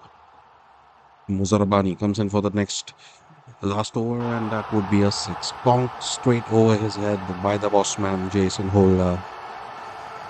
He doesn't need any second invitation, and he gets to the job in just his second delivery. As the score races to 242 for 5. What a shot by Jason Holder, using his long levers and his power. Straight over the head of the bowler as it crashes into the side screen. 242 for 5 now. Will they demolish the record of Sri Lanka? 260 is the all-time World Cup record. And Jason Holder says, why not? I'll take up the challenge as he hits yet another six. Swings it over mid-on, straight into the stands. This has been an exceptional exhibition of power play by the West Indians. Another six. First two balls have gone for 12 runs and the score is 248 for 6. Would you believe it? Well, with both corners of the Zimbabweans are telling a story. I hope they have not given up because you never say never in cricket. But when it is a record-breaking score, well, they have a right to get deflected as that one is in the air and that would be taken. A good catch by the fielder. Jason Holder did what was necessary for the team and he could not manage to time that one. So it flew in the air and the fielder took a good diving catch to hold on to that one. 248 for 6 it will be. 3 balls to go. And the West Indies need 3 runs. I'm sorry, they need 13 runs to create history. If they score 261, that would be the highest team total in World Cup T20 matches. And I'm sure they would know that. Someone in the lookout must have told them. The new batsman on the crease is Matthew Ford. who also possesses a power play game. Will he close out this innings with a bang?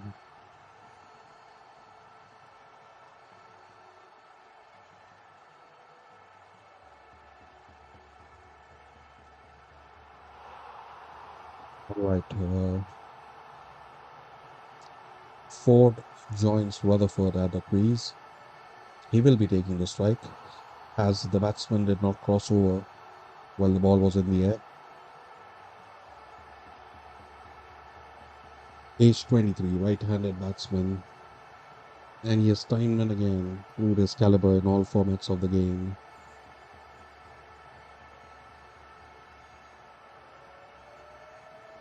Oh, very first ball, he attempts a slog pull that will only go for a single. So that means it is up to Shofane Rutherford to score a historic record-breaking total in the name of the West Indies.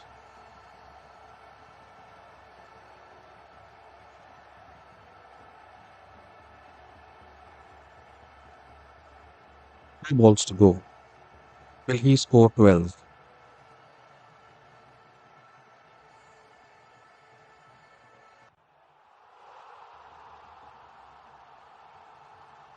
Muzarabani runs into bowl again to Shofane Rutherford, and that would be a wide. The idea was right. He just wanted to chase the ball and get planned for room, but well, he could not keep it within the wide markers.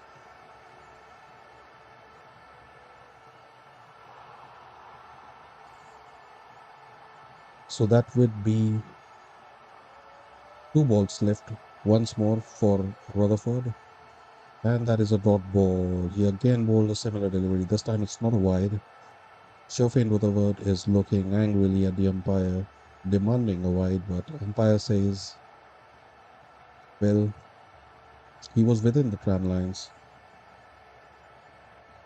As we can see, Sikandar Raza in the dugout, heavily bandaged. Heavily bandaged. Will he be able to bat today? Well, that injury is courtesy Roman Powell, who hit a powerful shot in the direction of the bowler Sikandar Raza. He could only just manage to bring up his hands to protect his face. In the process, damaged his fingers. So Rutherford hits a powerful shot, slashes it above point, and that will go for a boundary, which means at the end of 20 overs, the West Indies have put on 254 for 6. That is the second highest total in the history of T20 World Cups. The first one was Sri Lanka, 260, and now this is number two. And they will be very happy as they walk back to the dugout. Zimbabwe will have to demolish a few records of their own if they have any chance of winning this game. Will they make a match out of this? It remains to be seen as we take a short 5 minute break before the live stream returns. Well, the live stream is not going anywhere, but I have to take a tactical break, if you know what I mean. So let's meet quickly back again. Do not go anywhere.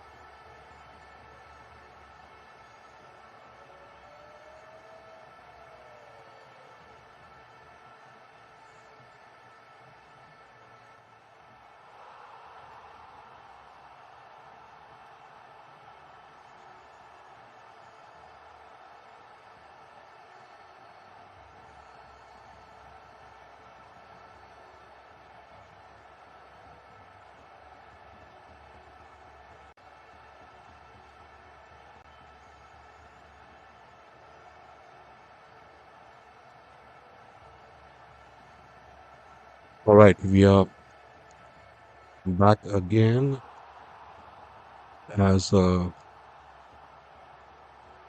Zimbabwe need 255. Mm, Ronald Samuel says, good score, West Indies bowl them out for 37.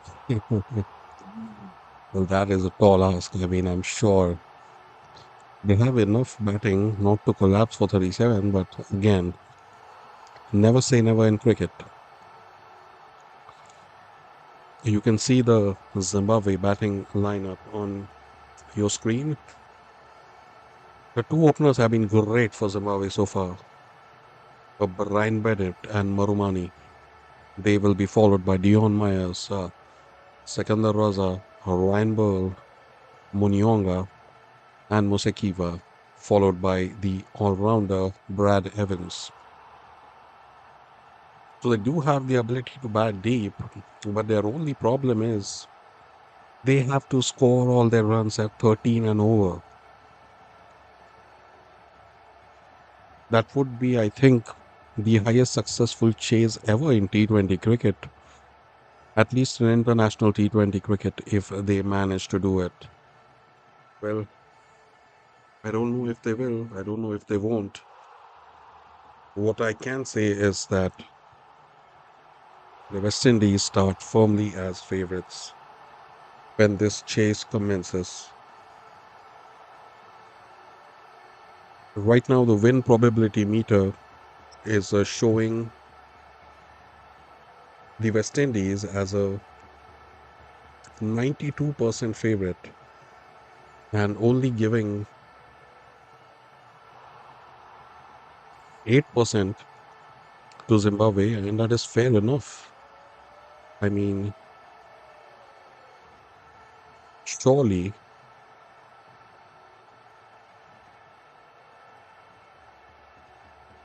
the West Indies should be able to win it from here because if they do manage to lose from this position, well, it will be a very, very difficult loss to stomach.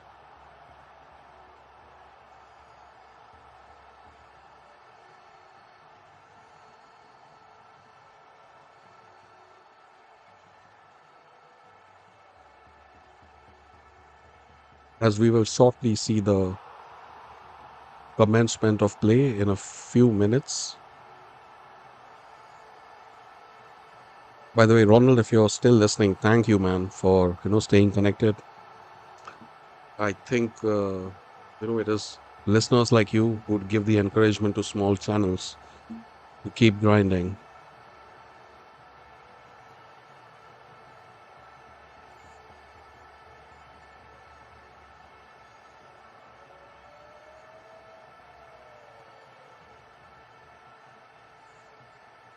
All right. As we see the players get ready in position,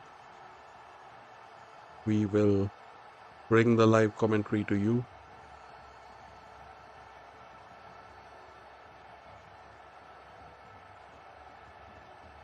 The openers will be Brian Bennett and Marumani.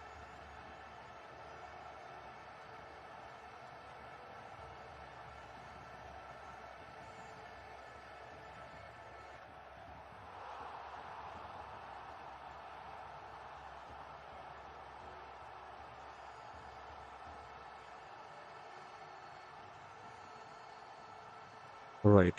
The innings has come to a start, and it would be a spinner, Akil Hossain, as he has done very frequently for the West Indies. He takes the new ball. He has a very deceptive armory of deliveries. He can bowl the arm ball, can bowl the one that goes straight. He even has a one that swings in with pace. Oh, that is a good shout for LBW. The umpire is unmoved, but Akil Hossain and his captain Shai Hope, they are very interested And it looks like we might have our first review of this innings, and this is only the first over. They do take the review. Well, let's see what the third umpire has to say about it. To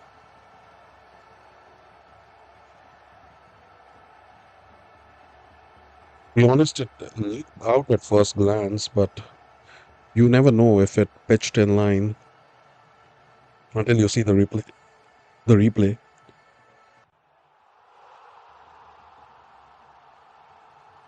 The umpire's call is in favor of the batsman, so that is one less thing he'll have to worry about.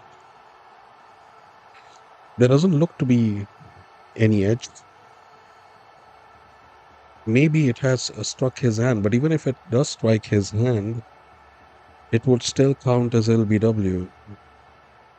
He can only be saved if the ball hits the glove or the bat. Well, the impact is outside of stump, so that would be a review wasted by the West Indies, and they have only one left. This means it will be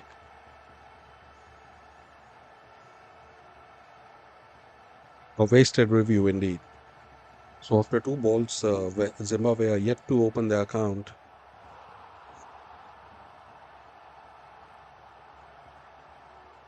Neil Hossain runs into bowl the third delivery,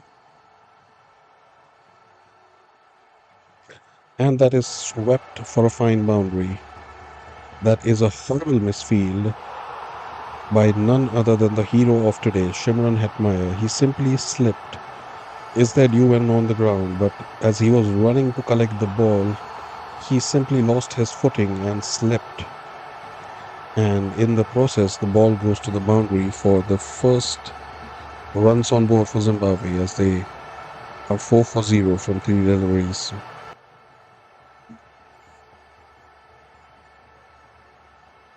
Well, he would be disappointed with that, but sometimes some things are just not in your control as they attempt to run a quick single, but he is stopped by Brian Bennett. First four balls, four runs. They will have to do much better than that as the required run rate is 13.10. That is an astronomical required rate. Usually you see that kind of required rate in the last 5 overs of a chase. But as things stand, it looks like it's only going to get higher and higher and higher. That is yet another dot ball. This has been a tight over from Akil Sen as well. And that single boundary that came off the bat of Marumani would not have been a boundary if it had been fielded by Shimron Hetmeyer. Alright, that is hoiked into the air, and that would be 6 runs for Marumani. So ultimately turning out to be a decent over for Zimbabwe as he played yet another sweep shot, and it had just enough juice in it to go beyond the boundary. So that brings the total to 10 for the loss of no wickets at the end of 1 over.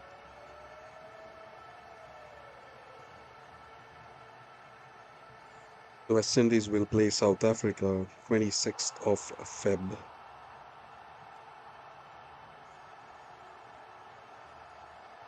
Well, at the end of this match, if West Indies do win, they will join South Africa at the top of the table. The next bowler to take the ball would be Matthew Ford, right arm medium, known for maintaining his line and length.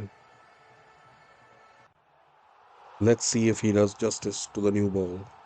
He only has one job on hand: bowl in the right areas and ensure you do not leak too many runs.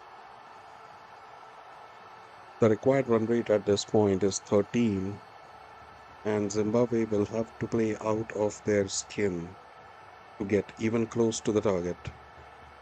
But again, stranger things have happened in cricket before, so I would not write them off completely. He starts off with a wide on the leg side. Well, that brings Zimbabwe's total to 11. Ronald Samuel had predicted bowl them out for 37. Well, they have already scored 11 of them, so they would need a lot of wickets. I mean, come on, probably not 37, maybe 137. It would be more believable because Zimbabwe are also here to compete. Oh, Bennett makes some room for himself, but that goes through for a dot ball. It looked for a second as he would charge down the ground, but he just made room for himself and tried to hit to the covers, but the bat completely missed the ball. There are plenty of gaps available for Bennett if he wishes to play along the ground. He has been one of the standout openers in this tournament, Brian Bennett, but he has taken a more sedate approach. Today, he cannot afford to take a sedate approach and he hits a boundary through the covers. Just as I say that, Brian Bennett manages to score a delicious cover drive through the gaps. Well, they've started off well without any hiccup as they race to 15 for 0 in 1.2 overs. That's all they need to do. Just make sure that the required run rate does not go beyond a certain point. It should never exceed 15 or 14 because if they manage to keep that in control, only then would they be able to put any pressure on the West Indies. And they don't have any other choice. They have to keep attacking. Oh, there was an attempted reverse lap shot by Bennett, but it turned out to be a slower delivery by Ford.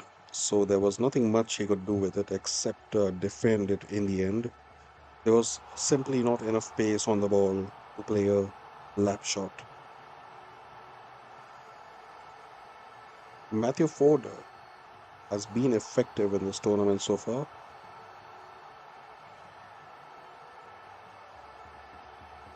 Pick up 3 wickets in the game against Italy.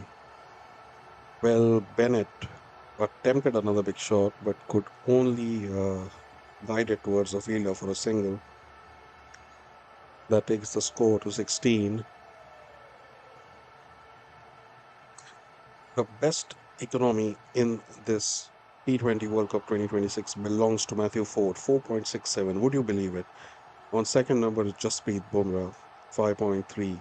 4.67 is a dream economy rate in this format of the game. I remember when Sunil Narayan was at his peak, he used to have such an economy rate, 4.55. That's why such players are worth their weight in gold.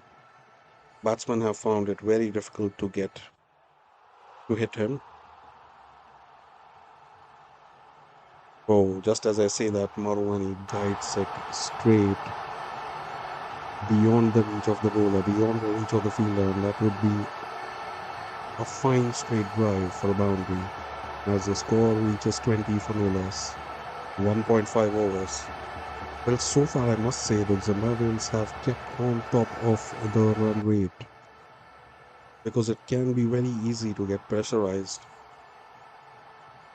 and let the game drift away from you, but they have been proactive. They are looking for the runs, they are still in the game.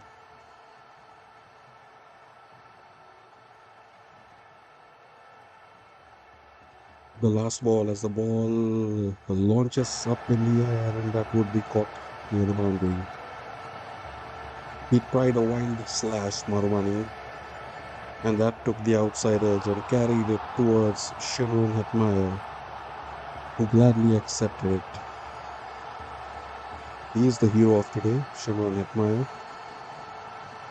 scoring a quick fire 85, and on this occasion he helps his team get the first wicket. And it is the dangerous Marumani who has to depart, as at the end of 2 overs, Zimbabwe is at 20 for the loss of 1 wicket. The first jolt to the team. They're going at 10 and over Zimbabwe, while the required run rate is 13. So even if they do manage to get 60 or 65 off the power play, they would still be in deficit. Such is the lofty target that has been set by the West Indies. Almost broke a record today, by the way. The highest ever total in World Cup history has been 260 by Sri Lanka against Kenya way back in 2007. And today at second number is West Indies 254 against a stronger opponent, a resurgent Zimbabwe. All right, Keel Hossain will resume. He normally bowls about 2 to 3 overs, I'm sorry, in the power play.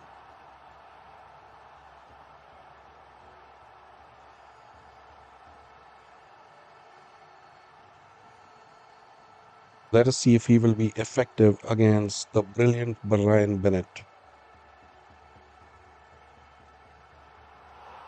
And he will be more than effective as he takes the wicket first ball. Brian Bennett is bowled while attempting a big shot. Akil Hossain is jubilant. He is celebrating with his team as Zimbabwe's best batsman in this series is bowled out. That turned just a little bit and took out the bails of the off stump. Akil Hossain shouts in glee as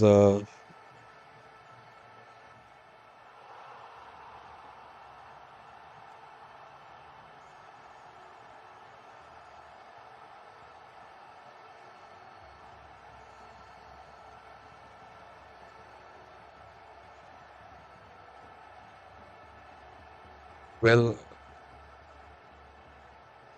the score is now at 20 for the loss of 2 wickets.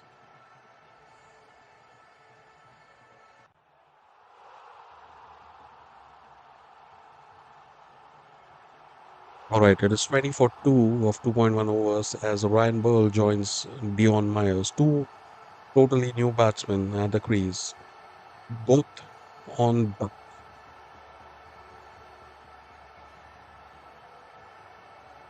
Ryan Burl is an experienced campaigner, left-handed batsman. Will he be able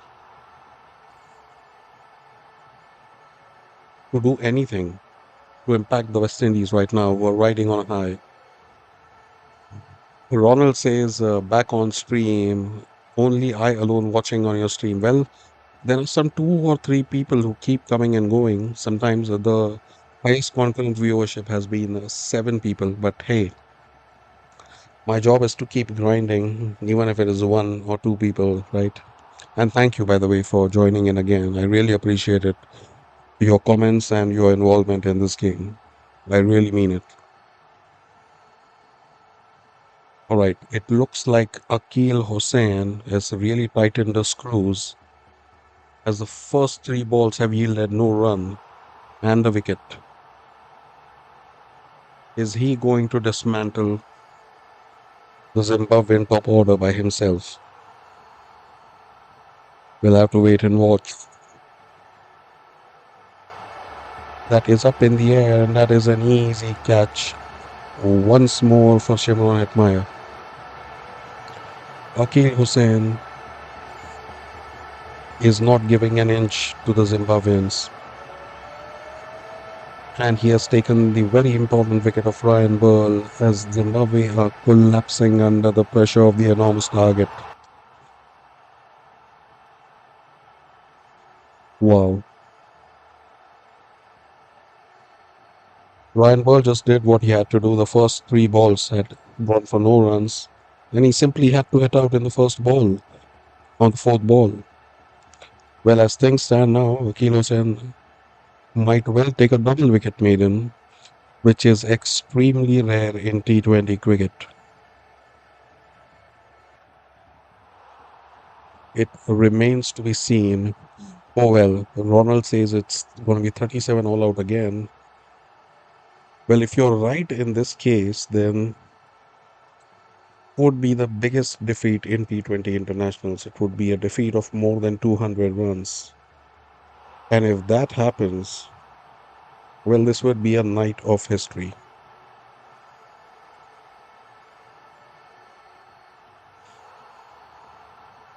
New batsman is the captain himself, Sikandar Raza, and this over is yet to see a run. He had an injury, courtesy Rovman Powell.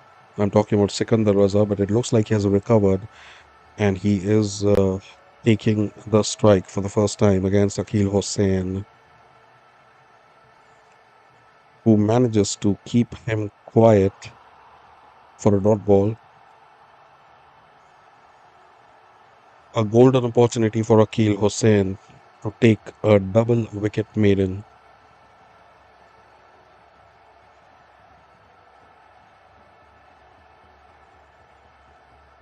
Will he be able to do it? Yes, he will absolutely do it, as Raza can do nothing with that ball. As that turned sharply, and that is a double wicket maiden for Akil Hossain. A rare achievement in cricket, but today has been a day for rare achievements. At any point of the match, it did not look like Zimbabwe were even close. This looks like a complete demolition job by West Indies. And the score is now 20 for 3 of 3 overs. I don't know how they are going to be able to recover from this. It looks extremely difficult now.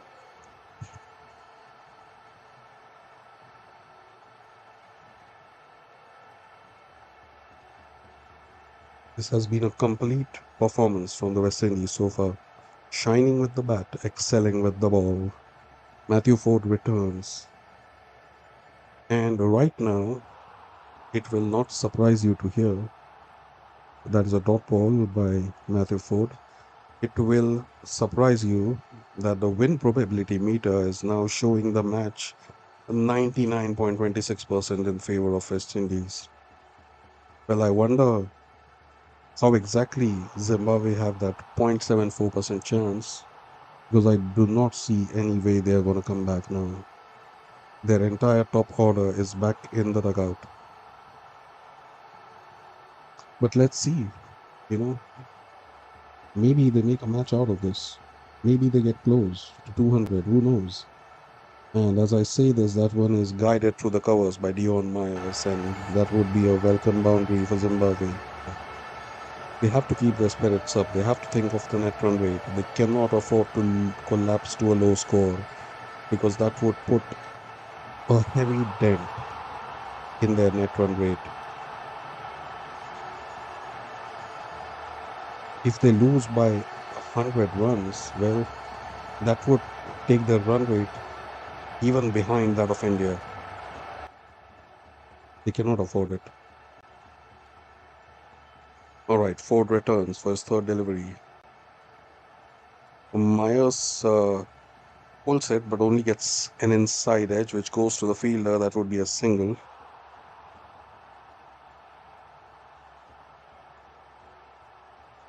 Matthew Ford has been the most economical bowler of this tournament. Unimaginable economy rate of 4.6 in the modern day game.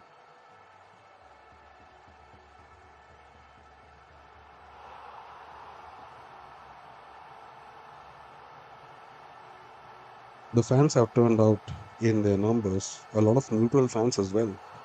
Local Indians who just like to see good cricket here in Mumbai, the cricket capital of India. So that would be a dot ball. He is known for his accuracy, Matthew Ford. He is not known for his pace, but he just has enough pace to keep the batsman guessing. They cannot just come out and tonk him for sixes at will. He makes them work for their runs.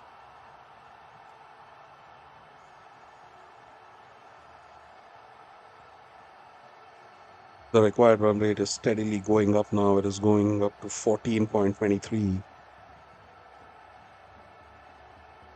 When the innings started, it was closer to 12.5, 13. As this over goes for 5 runs, and at the end of 4, Zimbabwe are at 25 for 3. They have a Herculean task ahead of them. They need 230 runs in 96 deliveries. Well, I don't know the last time that happened. They would surely be creating history if they even come close to it. Again, a dot ball by Ford as the over comes to an end. 25 for 3 at the end of 4. This has been a very clinical performance by the West Indies. So far, they have left nothing to chance. They have been switched on when they were batting, and they look switched on when they're fielding or bowling right now. They are not taking this game lightly, even though it looks like a certain victory for them. They're still pushing on because they know this is an absolutely fine opportunity to boost up their net run rate. So they have some amount of cushion. They can afford to lose a game after this if they have a amazing net run rate. The same cannot be said for India and Zimbabwe. They will have to win both their games, and it looks like they will have to win both of them handsomely if they have to stand any chance at reaching the semifinals. Next over, Akil Hossain, first ball is defended, will be a dot ball. The last over by Akil Hossain was a double wicket maiden, very rare to see in cricket.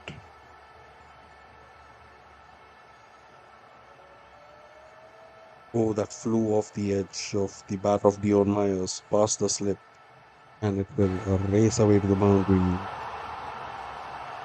Simply not enough, these isolated boundaries, as the current run rate is sitting at a measly 6.5, while the required run rate keeps ballooning up despite that boundary.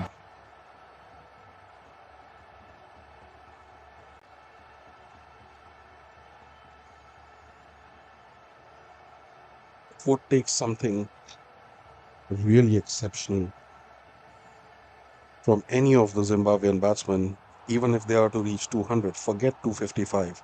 I'm not even thinking of it right now.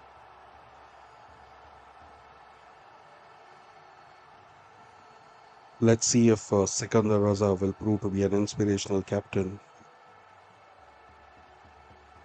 and push us hard at the West Indies, and that's what we want to see.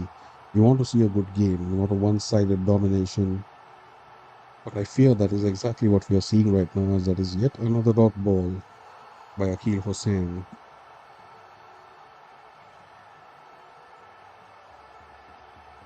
We cannot afford to keep playing dot balls. The Zimbabweans, they have to look for at least two big shots in an over. That is simply their reality. That is exactly what Dion Myers does as he slogs Akil Hossain into the stands. That has gone to the second tier. A huge six. Well, finally something to cheer for Zimbabwe as Dion Myers deposits Akil Hossain into the stands. 88-meter six that one.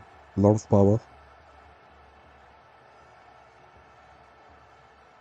Sikandar Raza, the captain, looks happy with his partner's effort. The required run rate is still at 14.6. They would need some big 20-25 run overs if they are to make any dent in the required run rate at all. For now, they take a single as this is a decent over for Zimbabwe at 11 of that over. One over remains in the power play as they are at 36 for 3, batting at a run rate of 7.2.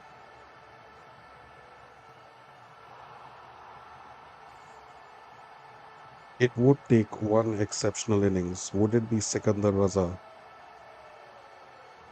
Just to show that we are still fighting, just to show that we are still in the game, that we are not capitulating. Well, that reminds me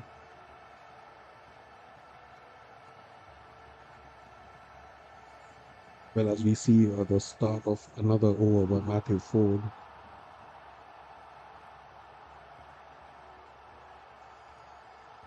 he runs into bowl to Dion Myers,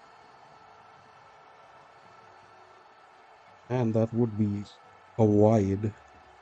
That takes the total to 37 for 3. I'm sorry, Mr. Ronald Samuels, your prediction went wrong. A diehard West Indies fan, he had commented that Zimbabwe would collapse to 37, but well, they have made it past the score. Where are you from? I am from Mumbai, India. I am at the very place where this match is happening. I'm not in the stadium, obviously, but I'm very close to it. He gives him the charge, and that would be a six. That would be a six in the account of Dion Myers, who seems to be leading some kind of a revival. That was hit over the covers powerfully, and that went into the stands like a rocket. What a cracking shot that was. Well, that takes the Zimbabwean score to 43 for 3, but it keeps the required run rate still at 14.3. That required run rate is not going to go down anytime soon until we get some monster overs, just like Shimron Hetmeyer and Powell had to manage for the West Indies. They take a single this time. Well, finally, we see some sort of a partnership for Zimbabwe. Nice to meet you too, Ronald. And again, thanks a ton for staying tuned in. I know it's difficult, like people judge a smaller channel that, if only two or three people are listening, then it's not worth listening to. But hey, it's the small drops that make an ocean. Let's see. Matthew Ford running in again. And he came down the track. Sikandar Raza. He was looking to deposit him into the stands, but it would only be a dot ball as that misses everything. This has been a very scratchy innings from Raza so far. He is still on a duck after 6 deliveries.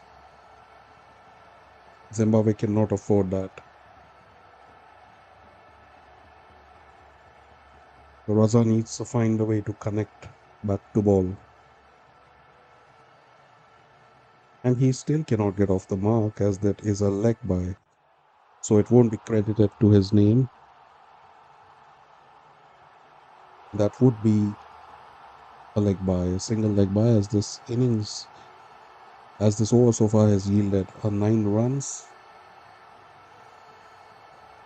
from 4 deliveries.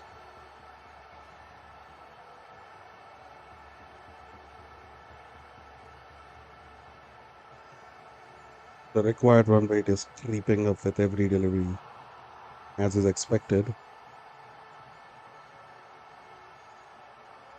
They take a single this time, Dion Myers, and he attempted a second run, but that was well fielded by the athletic Shafin Rutherford.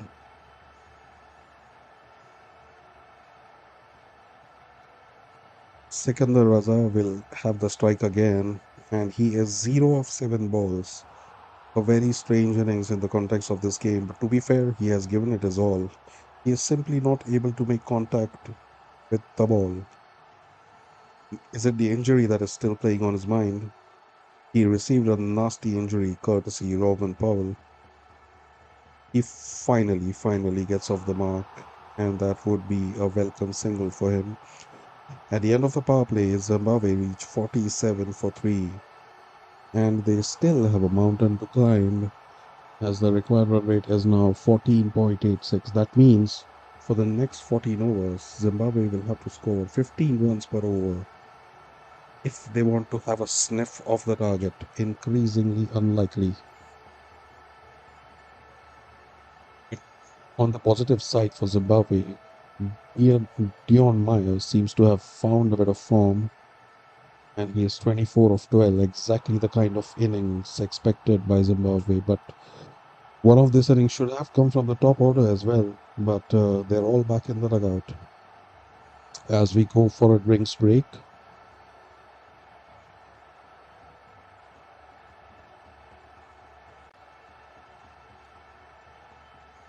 Well, as it is looking increasingly likely that Zimbabwe will lose this one, it means they find themselves in a must-win situation in the next two games. They will have to defeat India and South Africa to make it to the semis, and even after that, the net run rate will come into play.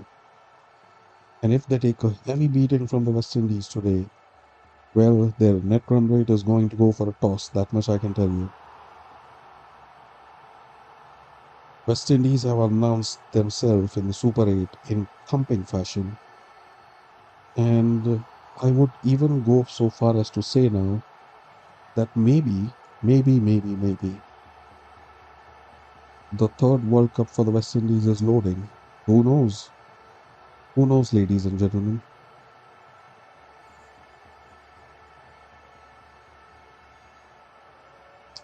They have done it two times in the past.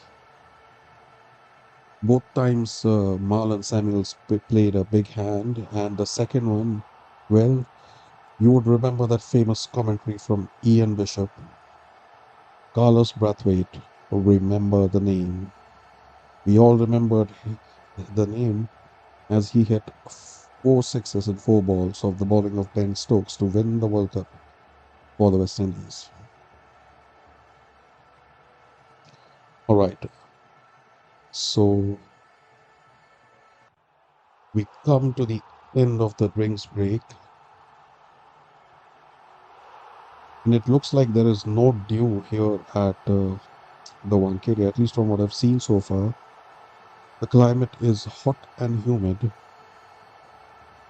and we can expect some players to cramp up as the chase is underway. Sikandar Raza is batting on 1 of 8, a very strange innings by his standards, but he has, well, if there was any time for him to make a comeback, it is today. He simply cannot let West Indies inflict a heavy defeat on Zimbabwe because that will have consequences. That will take a huge beating on the net run rate. There is one team that will be happy though, because India a heavy beating from South Africa yesterday, and they have a very low net run rate, so they would be happy to not occupy the fourth spot and to be on third.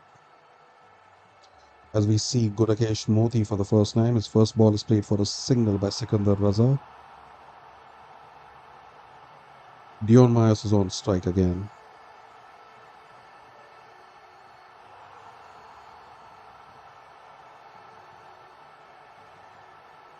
He only defends it, and that would be a dot ball.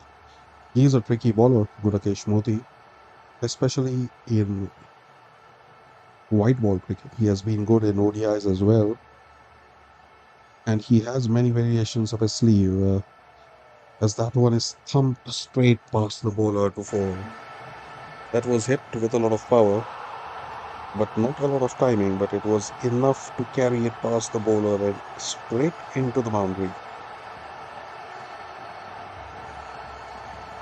Dion Myers is still keeping the Zimbabwean flag flying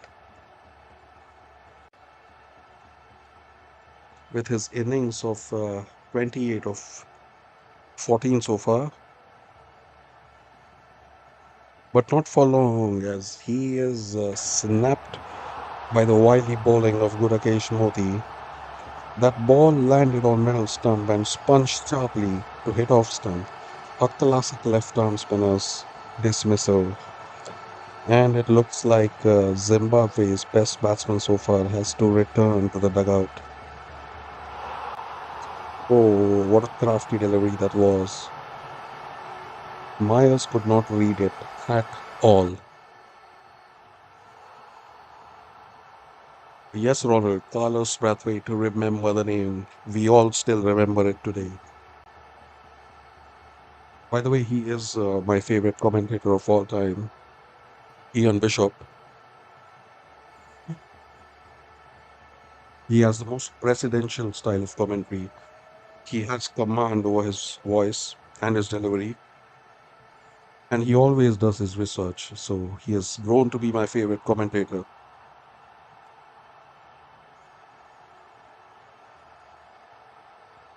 So with that wicket, Zimbabwe is now reeling at 52 for 4. They need 203 in 80 balls. That is getting more improbable and more ridiculous by the second. Raza will be joined by Munyonga, a talented batsman, but does he have enough in him to score a memorable performance today? We'll have to wait and watch.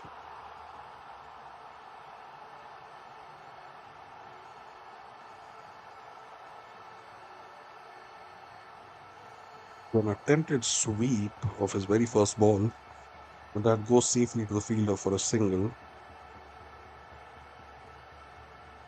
Munyonga is off the mark. It is high time now for Sikandar Raza to do some scoring. 2 of 9, and that is way behind the expectations.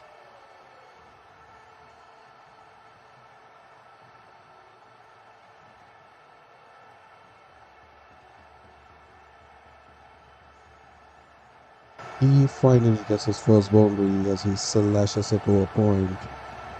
That would be 4 runs for Sikandar Raza, and that would be 10 of the over. Still not enough. The score moved along to 57 for the loss of 4 wickets. Ronald Samuel says time for a wicket. Yes, he knows his cricket, that is true. Indeed, he does. I have seen him do his research on some young Indian domestic players, and even I had no idea about them, even though I follow cricket very closely. That just shows how much he knows the game. Well, time for a wicket. They're already suffering. I mean, let them get to 100 at least. Come on. Or maybe not. It's a good thing if they slip to the 4th spot. That would mean India would be on 3rd.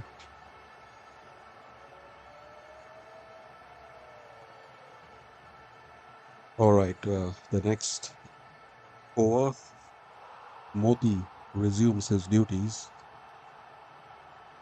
He had given.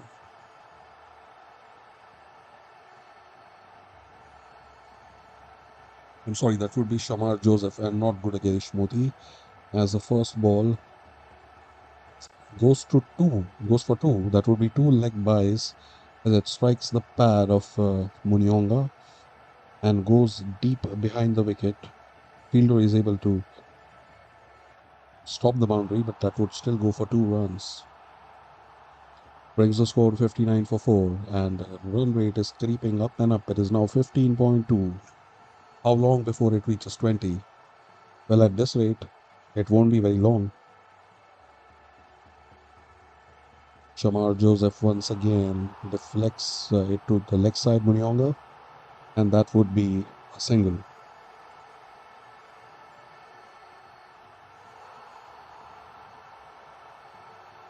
Shamar Joseph is a very talented bowler. He is best known for the miracle he pulled off in Australia at the MCG. He defeated them at their own fortress. So far, he has taken 7 wickets from 5 matches at a decent economy rate of 7.6. It looks like the West Indies have all the boxes ticked so far in this World Cup. Oh, that was an attempted big shot as it flies away to the boundary. That took the edge, but Sikandar Raza is going for it now, as he should. He has to go after everything now if he has any chance of reaching at least close to 170, 180 to save some required run rate. He looks to be getting in his groove finally as he moves to 10 of 11. Next ball, Shamar Joseph runs in. Guys, if you're dropping here for the first time, please leave a like and a subscribe. That would mean a lot to me. Thank you. As the next ball is guided away towards the leg side for a single by Sikandar Raza. Zimbabwe still need 190 of 74 balls, and that would take a lifetime achievement innings from someone because it is looking like an impossible Mount Everest right now. With the required run rate already shooting up to 15.6. Do they have any hitters left? Well, they kind of do, but they're fast running out of batsmen. Four of them already back in the dugout. Highest average speed in this World Cup has been Corbin Bosch 140, Shamar Joseph at number 2 with 139. So his pace is even more than Jofra Archer.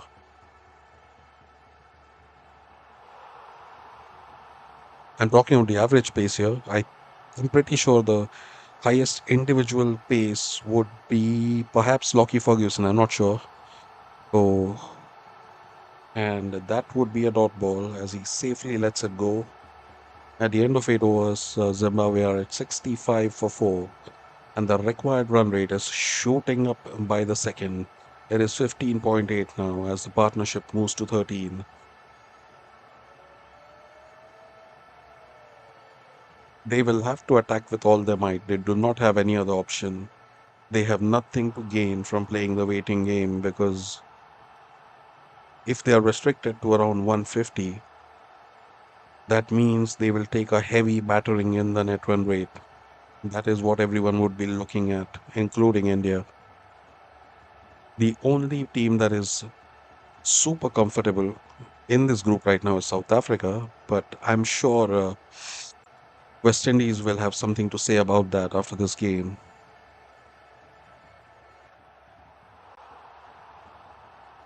Moti resumes. First ball is a dot ball. Raza has not been able to get going at all today. He bats another one to the fielder for a single. He has not been at the top of his game at all. Maybe it's a finger injury.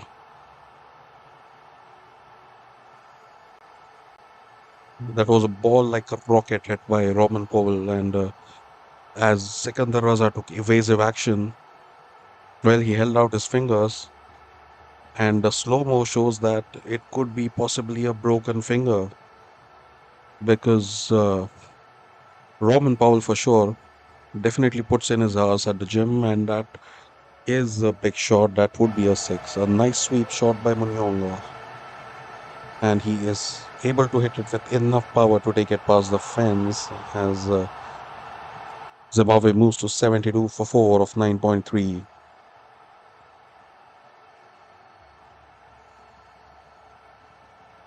They need these shots coming, but the problem is they're only about getting one an over, whereas they need at least two an over.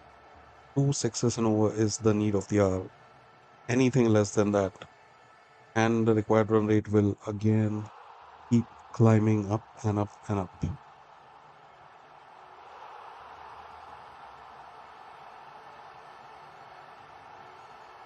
Right, Moti continues the over that is patted down for a single by Sikandar Raza. A difficult approach to understand because right now he needs to be going for the big shots.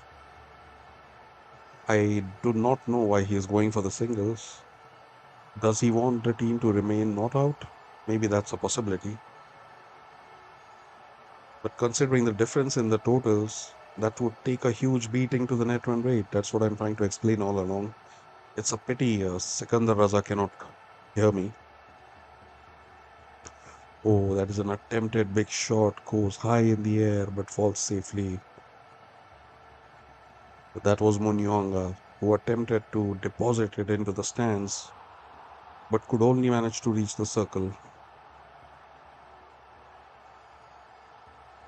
All right, guys, what are your predictions for Zimbabwe's total? Will they fold in under 120? Will they reach 150 or will they make a match of it and even get to 200?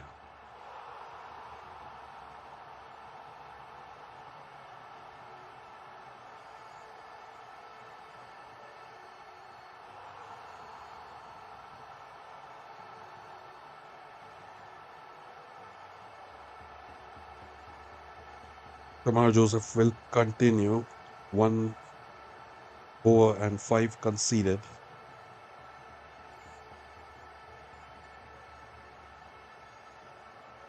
Monyonga,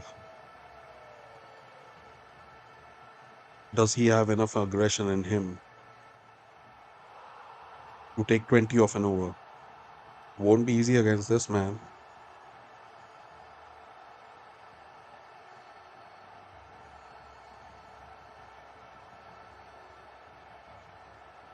There seems to be some interruption, but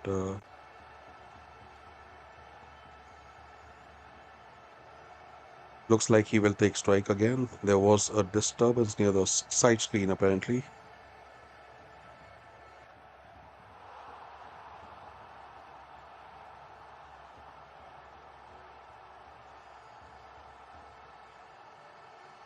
Four wickets have fallen for Zimbabwe so far. And, well, this innings has never really got going. I know the current run rate is 8.3, but they needed to go along at least 11, 12 and over. Keep this game interesting.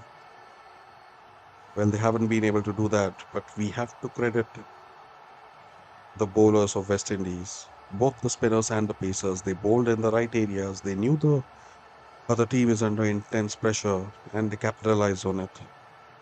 That is the sign of a champion team. And right now, well, West Indies are looking like champions.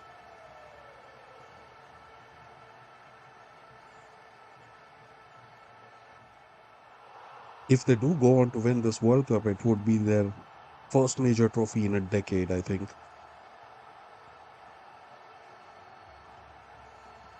There was a time when, during the glory days of the 70s and 80s, when they would win everything. They were the most dangerous team in the world. Will those days return again? I sure hope so. I started following cricket in the 90s when I grew up, and that was an era of decline where I often saw Brian Lara playing as a losing hand, fighting a battle single handedly in vain. But the team was clearly on the decline, even though they had some great bowlers like Curtly Ambrose, Ian Bishop, and Courtney Walsh, and some great batsmen apart from Lara as well. I remember the skillful batting of Carl Hooper. He was very pleasing to the eye. He was the most aesthetically pleasing man to hold a cricket bat. And I remember his fielding as well. Who else? There was Richie Richardson, Roger Harper, all favorites of mine. Oh, that was a nasty bouncer by Shamar Joseph, but that flies over his head and that is signaled wide as it is too high for Munyonga.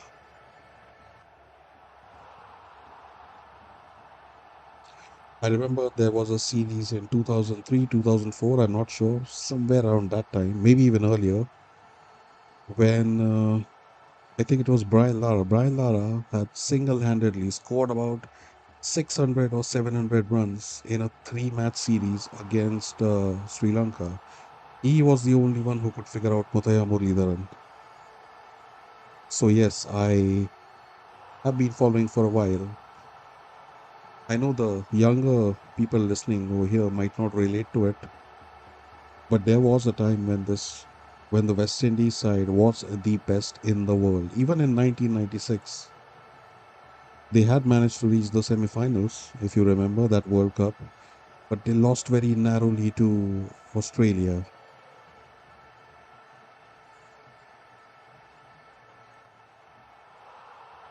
Oh, that is a fantastic full shot by Sikandar Raza. And that will go for a six for sure. They need many, many, many, many more of those from the blade of Sikandar Raza. That was pulled with precision, and he had great balance. As the required run rate is still shooting up, it is 16.45 right now. They need at least about 8 to 10 more sixes to be able to make even a mildly challenging match. He deflects it towards the leg side for a single.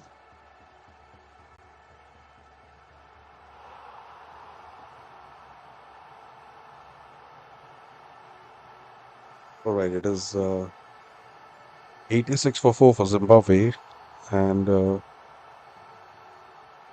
we are about to see the end of the 10th over, halfway mark. They are much behind where they would want to be.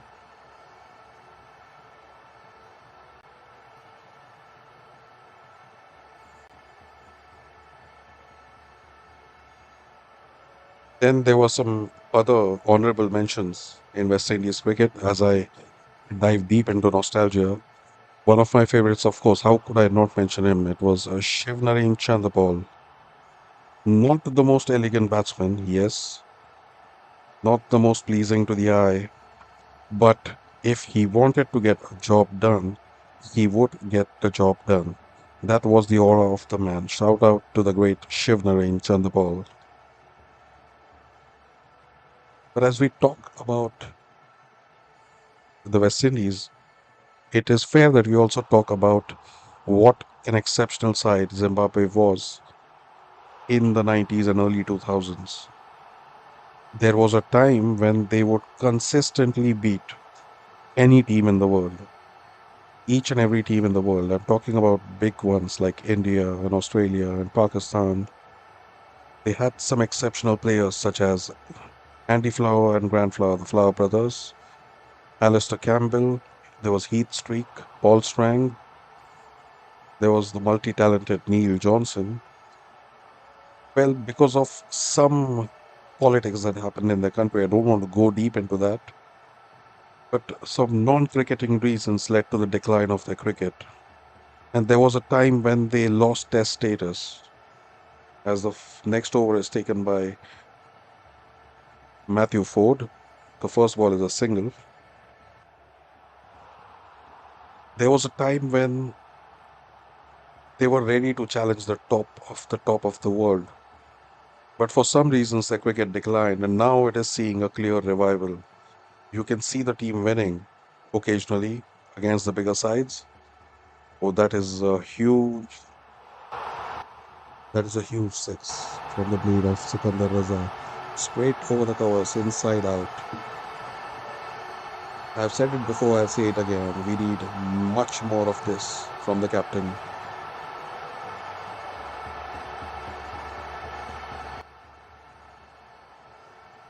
All right, that takes the score to 94 for 4. Gudakesh Moti will bowl again to Sikandar Raza. And would you believe it? That is out. That was a cunning delivery by Gudakesh Moti. He lured Sikandar Raza in, and that ball tipped on him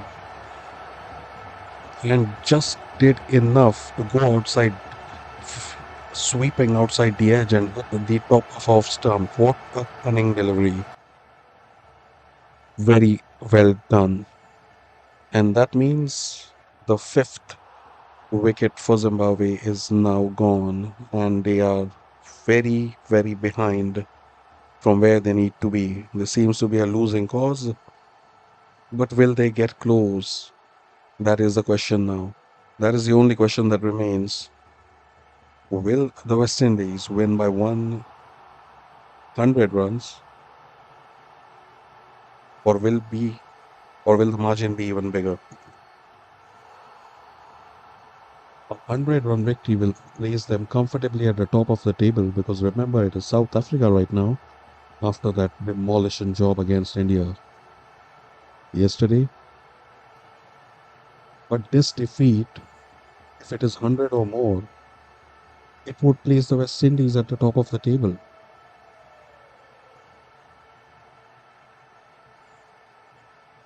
The next batsman is Tashing Musekiwa. I hope I'm pronouncing it right.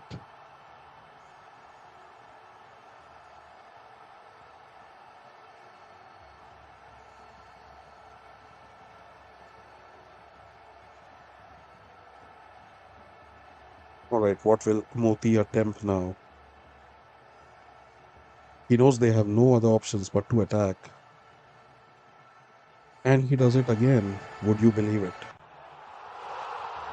Would you believe it? He has pulled off the exact same delivery again, and he has foxed two batsmen in a row. Two in a row. This is a dream for any left arm spinner. Going past the outside edge of the right hander and hitting the off stump. And this man has done it two times in a row. Take a bow, Gunakesh Moti. It is the third wicket for him, as this looks to be a sorry procession. The sixth wicket gone, and it increasingly looks likely that the West Indies will win by more than 100 runs and take their rightful place at the top of the table.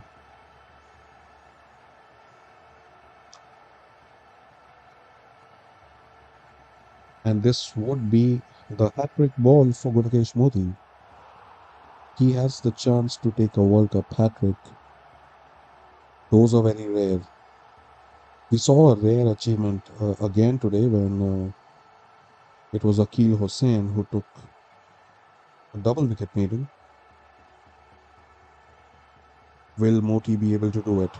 He is standing ready for his hat-trick ball. The batsman is Brad Evans.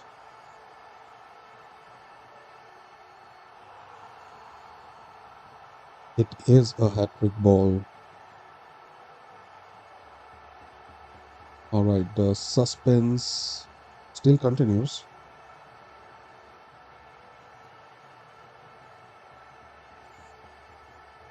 All right, finally he runs into ball. Oh, and that is a single. That could have been a hat-trick. But the batsman was good enough to sweep it away for a single. That would have been a fantastic achievement and a just reward for Gudakesh Moti, who has been bowling his heart out tonight. He has been thinking four steps ahead of the batsman, and all three wickets he has got were very cunning deliveries. Oh, that's an attempted sweep, a slog by Munyonga. That would be a dot ball as that excellent over by Moti comes to an end. At the end of 11, Zimbabwe are at 95 for 6.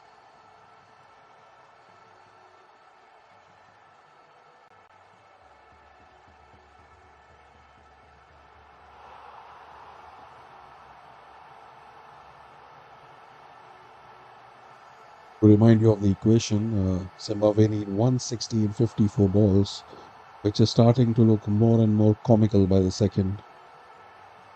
Because, let's be fair, it doesn't happen in cricket, and if it does, it happens once in 1,000 times.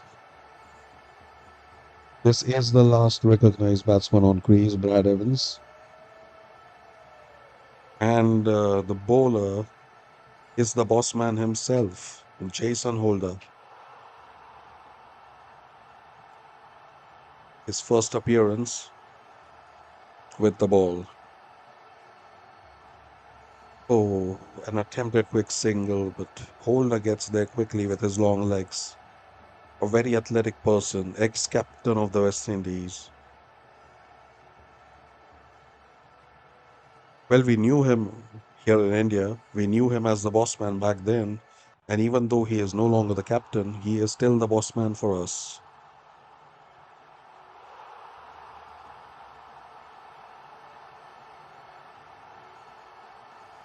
Brad Evans facing Holder. Oh, an attempted lap shot. No, no, no. You do not do it off the bowling of Jason Holder, as that was a perfect Yorker that hit him on the pads but beyond the line of the stumps. Oh, I can keep looking at the replays of Gudakesh Moti's wickets 100 times. All three of them beaten the outside edge and crashed into the stumps. This is like a left arm spinner's dream come true three times in a row.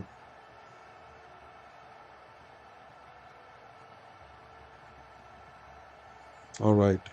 They finally managed to take a single this over as the score creeps along to 96 for 6 and the required run rate is now 18.7. That means it would need three sixes in an over to satisfy the required run rate. And I don't know who is going to do that. I don't think Zimbabwe know who's going to do it. Holder runs in again. And that is hoiked into the air, is in the air for 3 seconds, but falls short of the fielder. Well, you can't blame these lower order batsmen to be honest, because a bulk of the hitting had to be done by the top order, but they could only manage to put on 20 runs. That too, most of it was scored by Marumani. At no point in this innings or in this match did it look like Zimbabwe had even a chance of winning. That one is deflected to the boundary on the leg side, but too little, too late. One thing it does take the score beyond 100, 101 for 6. That would be some psychological satisfaction for them because it would have been very embarrassing to get bowled under 100 when your opponent has scored 254. They have not been able to take advantage of the flat conditions here, and to be fair, this has been some excellent bowling by the West Indies. They have come out with a plan, they have worked on the data, they have known what ball to bowl to which batsman, and that's all you need to do.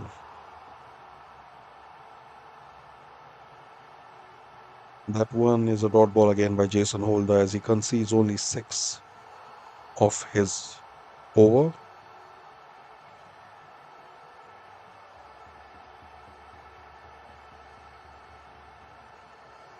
I remember another upset victory by the West Indies. I think it was the 2004. Was it 2005?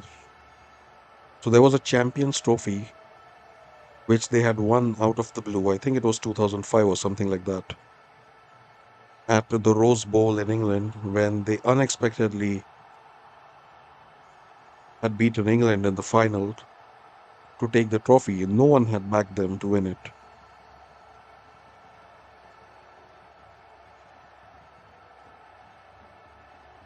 As far as I can remember, Zimbabwe have never really made the semi-final of an ICC World Cup, but I know someone will have to fact check me on that. I don't know for sure. There was this time when they had beaten Australia in the first round itself, but I don't know. It was the year 2007. But no, Australia had made it to the semi-finals, so Zimbabwe clearly didn't. All right, returning back to the present situation, Gurakesh Moti picks up yet another wicket. He is picking up wickets out of thin air. That was an attempted slog sweep by Munyonga, and it went straight down the throat of the fielder, who was waiting there like a hawk. And that means Zimbabwe is still stranded at 101 for 7. This innings is going nowhere at all. And the required run rate is now 20. Would you believe it? I have seen some situations where a required run rate of 20 in the last 3 overs has been achieved, but there are 8 overs to go, and there is no way the West Indies are going to concede 154 and 46. I mean, that would take some extremely bad bowling. It can happen, but it won't happen. I've watched enough cricket to say that with conviction.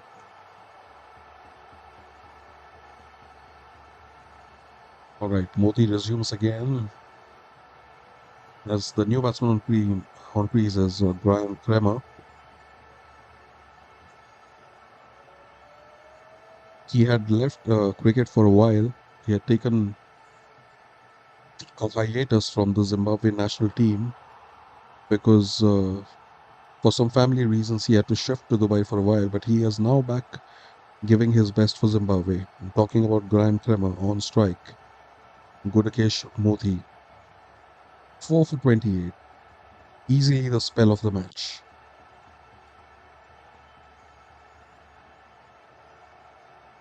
He has been an exceptional bowler in white ball cricket for the West Indies and in many leagues around the world.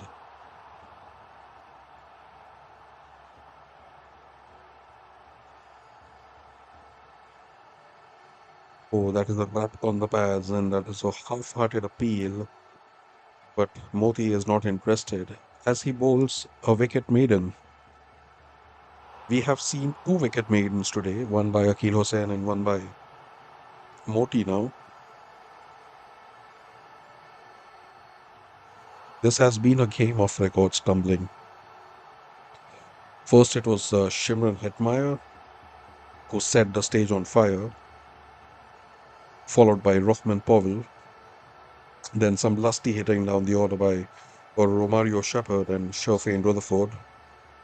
And then, when the Zimbabweans came to bat, it was already a mountain to climb, and well, they never even reached base camp.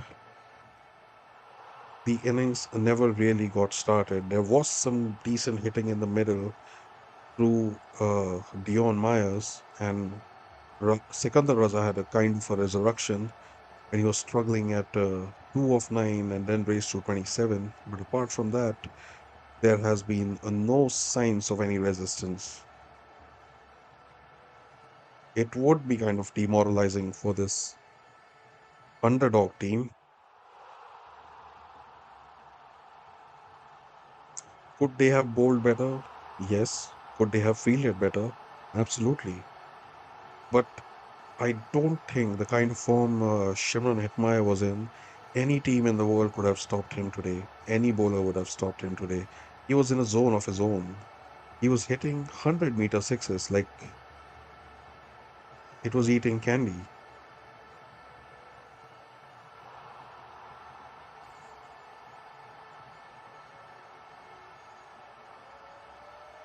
And then in the bowling department, seven have already fallen, and it was Gudakesh Moti who did most of the damage.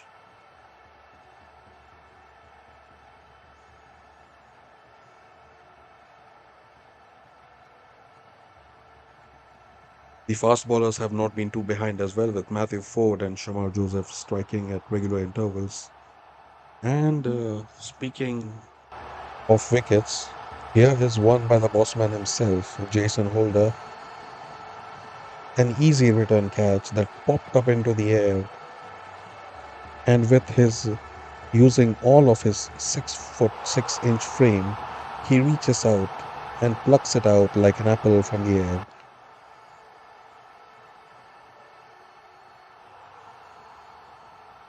The umpires have announced a drinks break now, as the score is now 102 for 8. This match is going to end very soon, as I'm afraid Zimbabwe are not going to last the full 20 overs. I feel it is going to be a matter of a couple of overs before the last strikes are done, and we see the triumphant West Indies at the top of Group A. They will surely exceed the net run rate of South Africa to make it to the top of the table. That means they will be exempt from a must win situation when they play South Africa next. They need to win one of their two matches and they stand an excellent chance of making it to the semifinals because of this stupendous boost in run rate this match is going to provide. Well, I hope I'm not speaking too soon. Like, you never know if one of the Zimbabwean tailender comes alive and takes his team to 200. But I don't think so. I'm just getting a vibe that they have given up on the chase.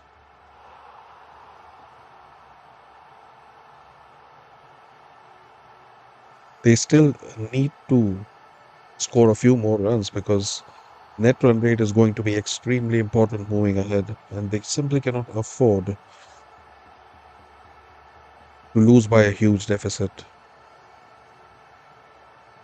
Already the deficit is going to be 152 if they do not score any runs after this. And 152, I think that would be one of the biggest defeats ever in the history of T20I cricket. I can say that with certainty. That would be a top 5 defeat for sure.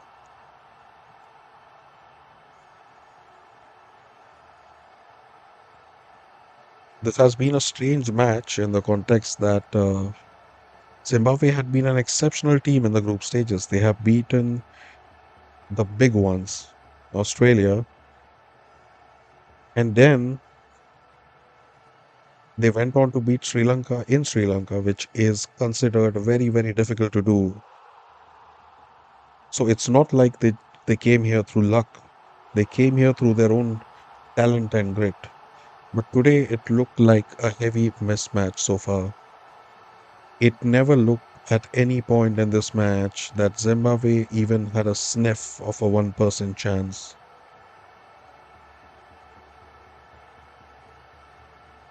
Ronald Samuel says, thanks for bringing coverage. I appreciate it. I appreciate you too, man, for sticking around. And the others who are here, please consider dropping a like and a subscribe. This is a growing channel, but I'll be bringing commentary in English. And if you like what you hear, well, just help me grow if you can. Thank you. Well, the next ball is a dot ball. Jason Holder is just another day in office for him. Just turn up with a ball or a bat and do the job. He has been doing it in the IPL for a long time now.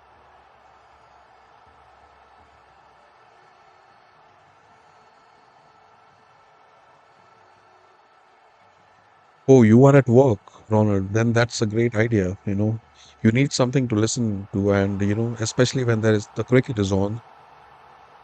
Well, work can always wait. And I'm amazed to see this amount of support the Caribbean fans are giving because from what I had heard, the support for cricket has been on a decline in the West Indies. So I don't know. I think with some proper funding, this team can very much make it to the big league again because we have never forgotten who the West Indies were. They were the giants of the game before the modern game even evolved.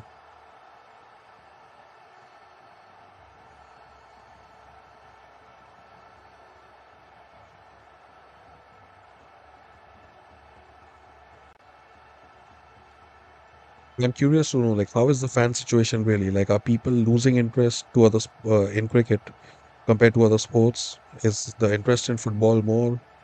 How is it working out? Why is Test cricket on the decline? Why are the stadiums looking empty in international matches? But I'm glad to see hardcore fans like you who do not want to miss even a single delivery. All right, Akil Hussain resumes his spell, last over of his spell. He will be bowling to Evans, who charges down the track and gives it a slog, but it amounts to nothing as Shimron Hetmyer expertly collects it from the boundary, and that would only be a single.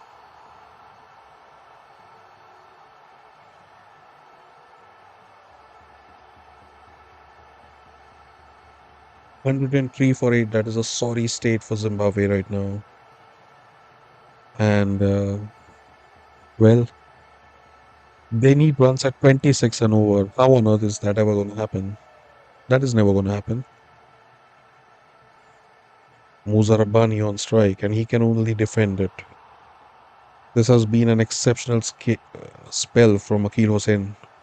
2 for 22 on Nelson. He has been giving his full support to Gudakesh Moti. It has been a spinner's chokehold, and that is up in the air and would likely be a wicket. It is still in the air, and Powell finally catches it. Well, it looked like it would never come down the way it was floating in the air for a long time. But Akil Hussain deserves it. He gets another wicket, his third, as This innings comes to a close at 103 for 9. It is not even a dramatic collapse. They simply have been striking almost every over. This is a clinical dismantling of the opposition. This is a 10 on 10 performance from the West Indies so far. So Muzarabani will have to go.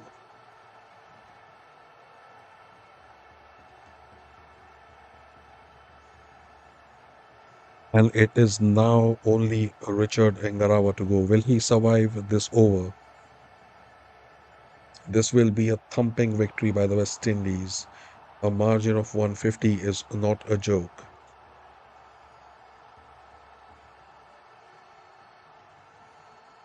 Right now, the margin is at 151. If they do not add another run to the total, would be one of the biggest victories in T20 cricket, not just World Cups. In at 11, Richard Engarawa, not really known for his batting. Let's see how he delivers.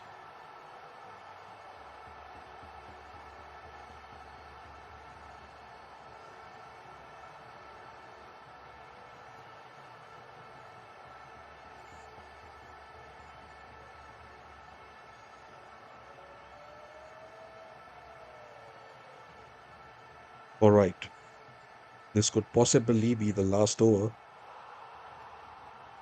Akil Hossain runs in to bowl to Engarawa, who gives it full respect and defends it. Ronald Samuel says not strong in international cricket because the are not funding West Indies cricket, and that's why fans are losing faith in them. Well, that is fair enough. That is understandable because as fans, you're completely invested in the team. You want them to win. You want them to win a lot, and you want the players to be rewarded well. Like, I do not blame them for seeking T20 opportunities across the world. I don't, I really hate it when I see players like Sunil Narayan sitting out of the national team. That man belongs in the West Indies team. Oh, there's a wild slog by Ngarawa. And in fact, that goes for a six. Well, some last man resistance from Zimbabwe, but I'm afraid the ship has already sailed. At the end of 15 overs, it's 109 for 9. Ronald says our strong points are T20 cricket. Yes, of course. The reason T20 cricket is thriving is because all your players have wide exposure in leagues across the world. They interact with different players and they have different levels of difficulty that they face in these leagues, and they are complete T20 packages. I don't remember the last time a West Indian talent was passed on at the auction. They always get picked up in the IPL because everyone knows what they are capable of.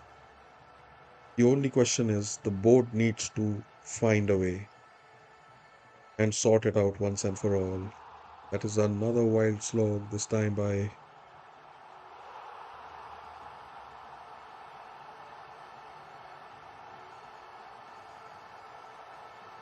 would only be a single though. That would be a dot ball, I'm sorry. As that goes straight to the wicketkeeper. Well, though, it looks like the last rites would be performed by Jason Holder, who is a fan favorite wherever he goes around the world. Cool as a cucumber. He has bowled a fine spell, 1 for 7 of 2 overs. Oh, this time he drifts on the leg side, and that is rightly called the wide. Shimran Hetmaya is looking restless in the field. He's like, why don't you finish this? Because we have to go and party. Well, at least that's what that expression said. I don't know for sure whether he parties. I have a feeling he does.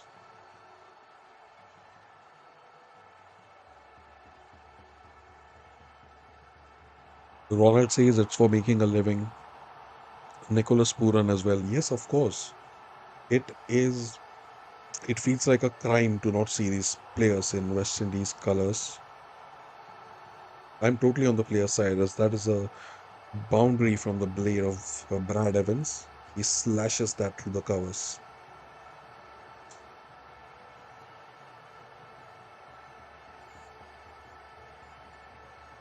That was very late and deliberate cut off an off cutter from Holder. Oh, and that is a wild slog into the stands.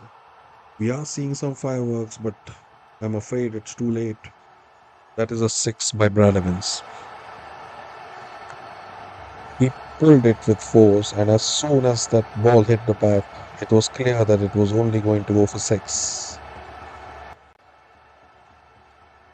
With that, they reach 120 for 9, and they have managed to avoid a 150 run defeat.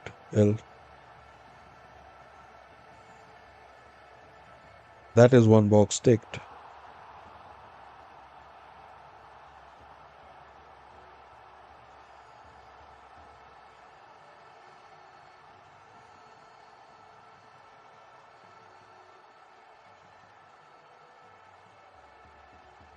And would you believe it? That is yet another slog into the stands.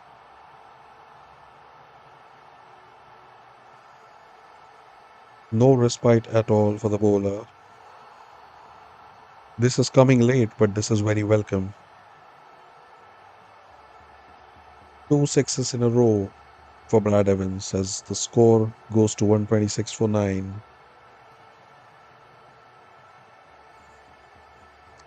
Somehow they are keeping the resistance going on.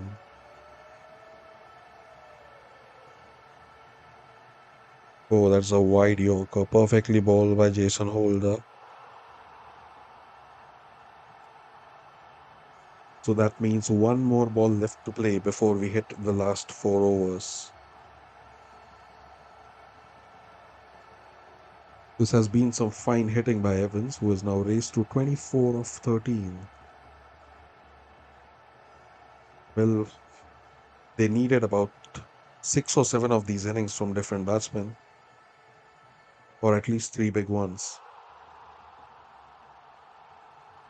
And I'm afraid while people have gotten off to starts, they have failed to capitalize on it.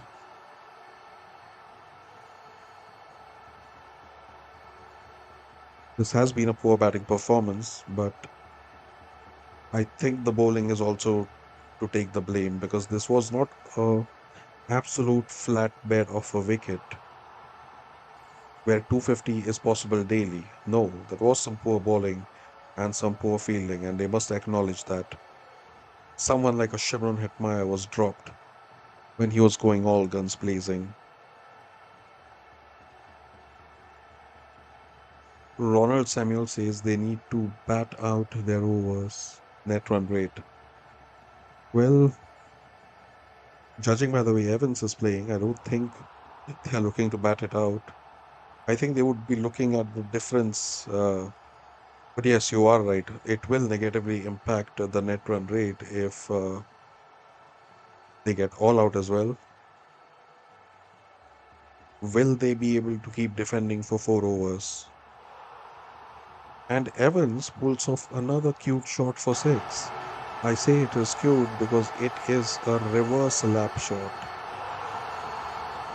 He got into this position and he lapped it over the wicketkeeper for a six. That is some exceptional batting. Yes, it is very late, but this is some breathtaking batting by Brad Evans. He is keeping the fans hooked,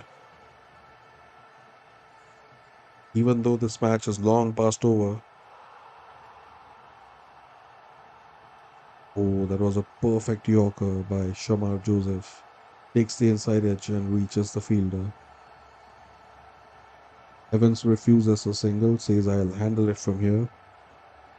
Well, if the total was something like 170, 180 to get, maybe I would have given a 2% chance to Zimbabwe, but 255 is like it's in another postal code right now. They are not even near to sniffing it. Oh, that was another great Yorker, and that was deflected towards the third man for a single.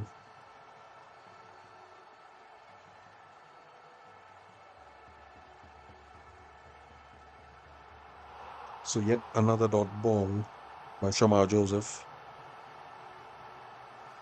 The required run rate is now a mathematically impossible 36.6. Yes, Ronald, you're right. They are looking to bat out their overs. And they should be getting the runs as well, which they are right now, or maybe not, as Evans refuses the single yet again. So it is clear that he is going to take all the strike and put them in a position where they can go with 9 wickets down instead of an all out.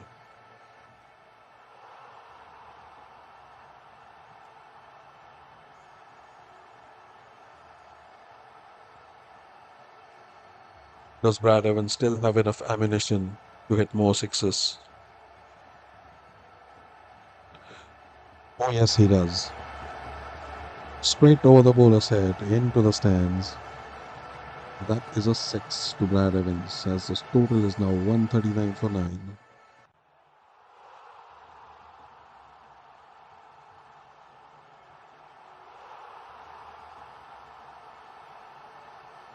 Well, he is surely keeping the crowd entertained, even if this game was rather one sided.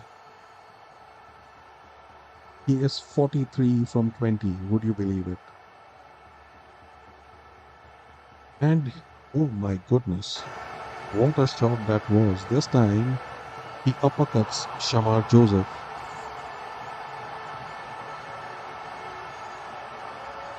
for a six. We'll have to confirm it's a four or six. That would be three sixes in the over, 18 of the over so far. Well, that ends the over as well. So at end of 17, we are 145 for 9. And I tell you what, this 11th wicket, this 10th wicket partnership, 42 of 15, has managed to infuse some amount of respectability into the total of Zimbabwe. Ronald asks, have you ever been to Trinidad? Very nice country. Oh, I'm very sure. I have looked at many videos. I follow some travel blogs, and they have all traveled to Trinidad. And of course, you can see a bit of it when the cricket is on as well. You can see some of the culture. And I know all the Caribbean islands,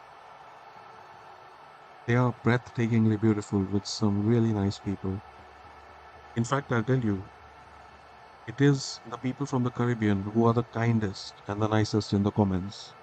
There are some people who just like to attack a stream, they turn into bullies, but never the West Indians.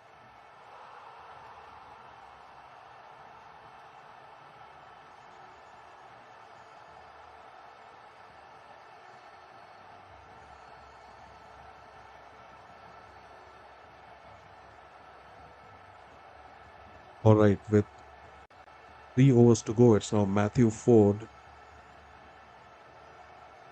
1 for 25 so far.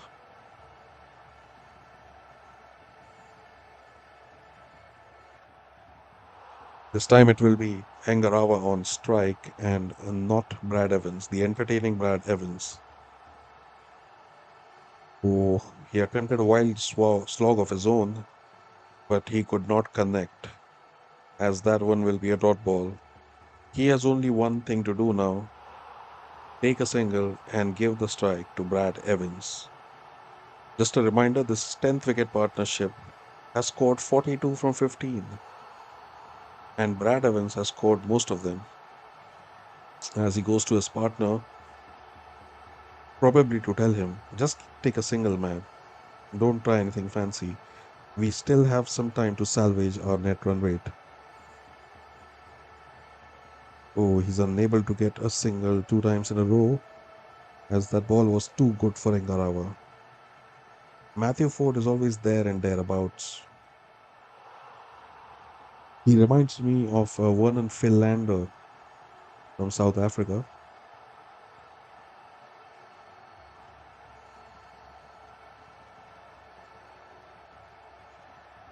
Right, Matthew Ford. First two balls are dot balls, and there is a ready wicket for him. He has four balls to get that wicket, as that one again sails past the head of Engarawa, but the umpire calls a wide. He reckons it was too high for the batsman to attempt a shot, so Ford will have to bowl it again.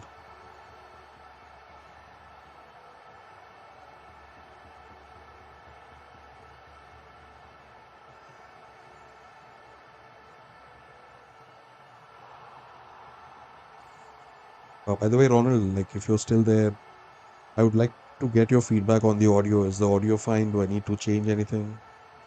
Is it like, is there something disturbing going on? Just let me know if you can, yeah? As they finally managed to take a single, so Brad Evans now has three deliveries to work his magic and get a 50 of his own, and also take his team past 150, which means they could narrow down the deficit to below 50.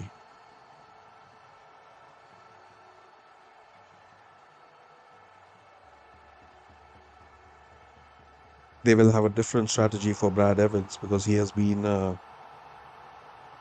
keeping them much longer on the field than they would have thought of.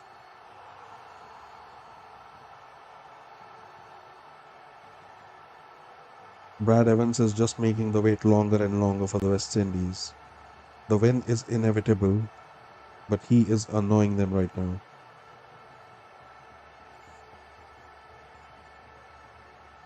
All right, Ford runs into bowl again, and he takes a wild swing at it, and this time it is up in the air, and that is finally taken by the fielder. That would be the final wicket, and that would be the end of the match. Zimbabwe all out for 147, as that is a huge defeat of 107 runs. Alright, with that, I'll end the stream. Please leave a like and a subscribe if you haven't already. And thanks for tuning in. I'll be covering the other Super 8 matches as well. So, hope to see you back. Thank you, guys.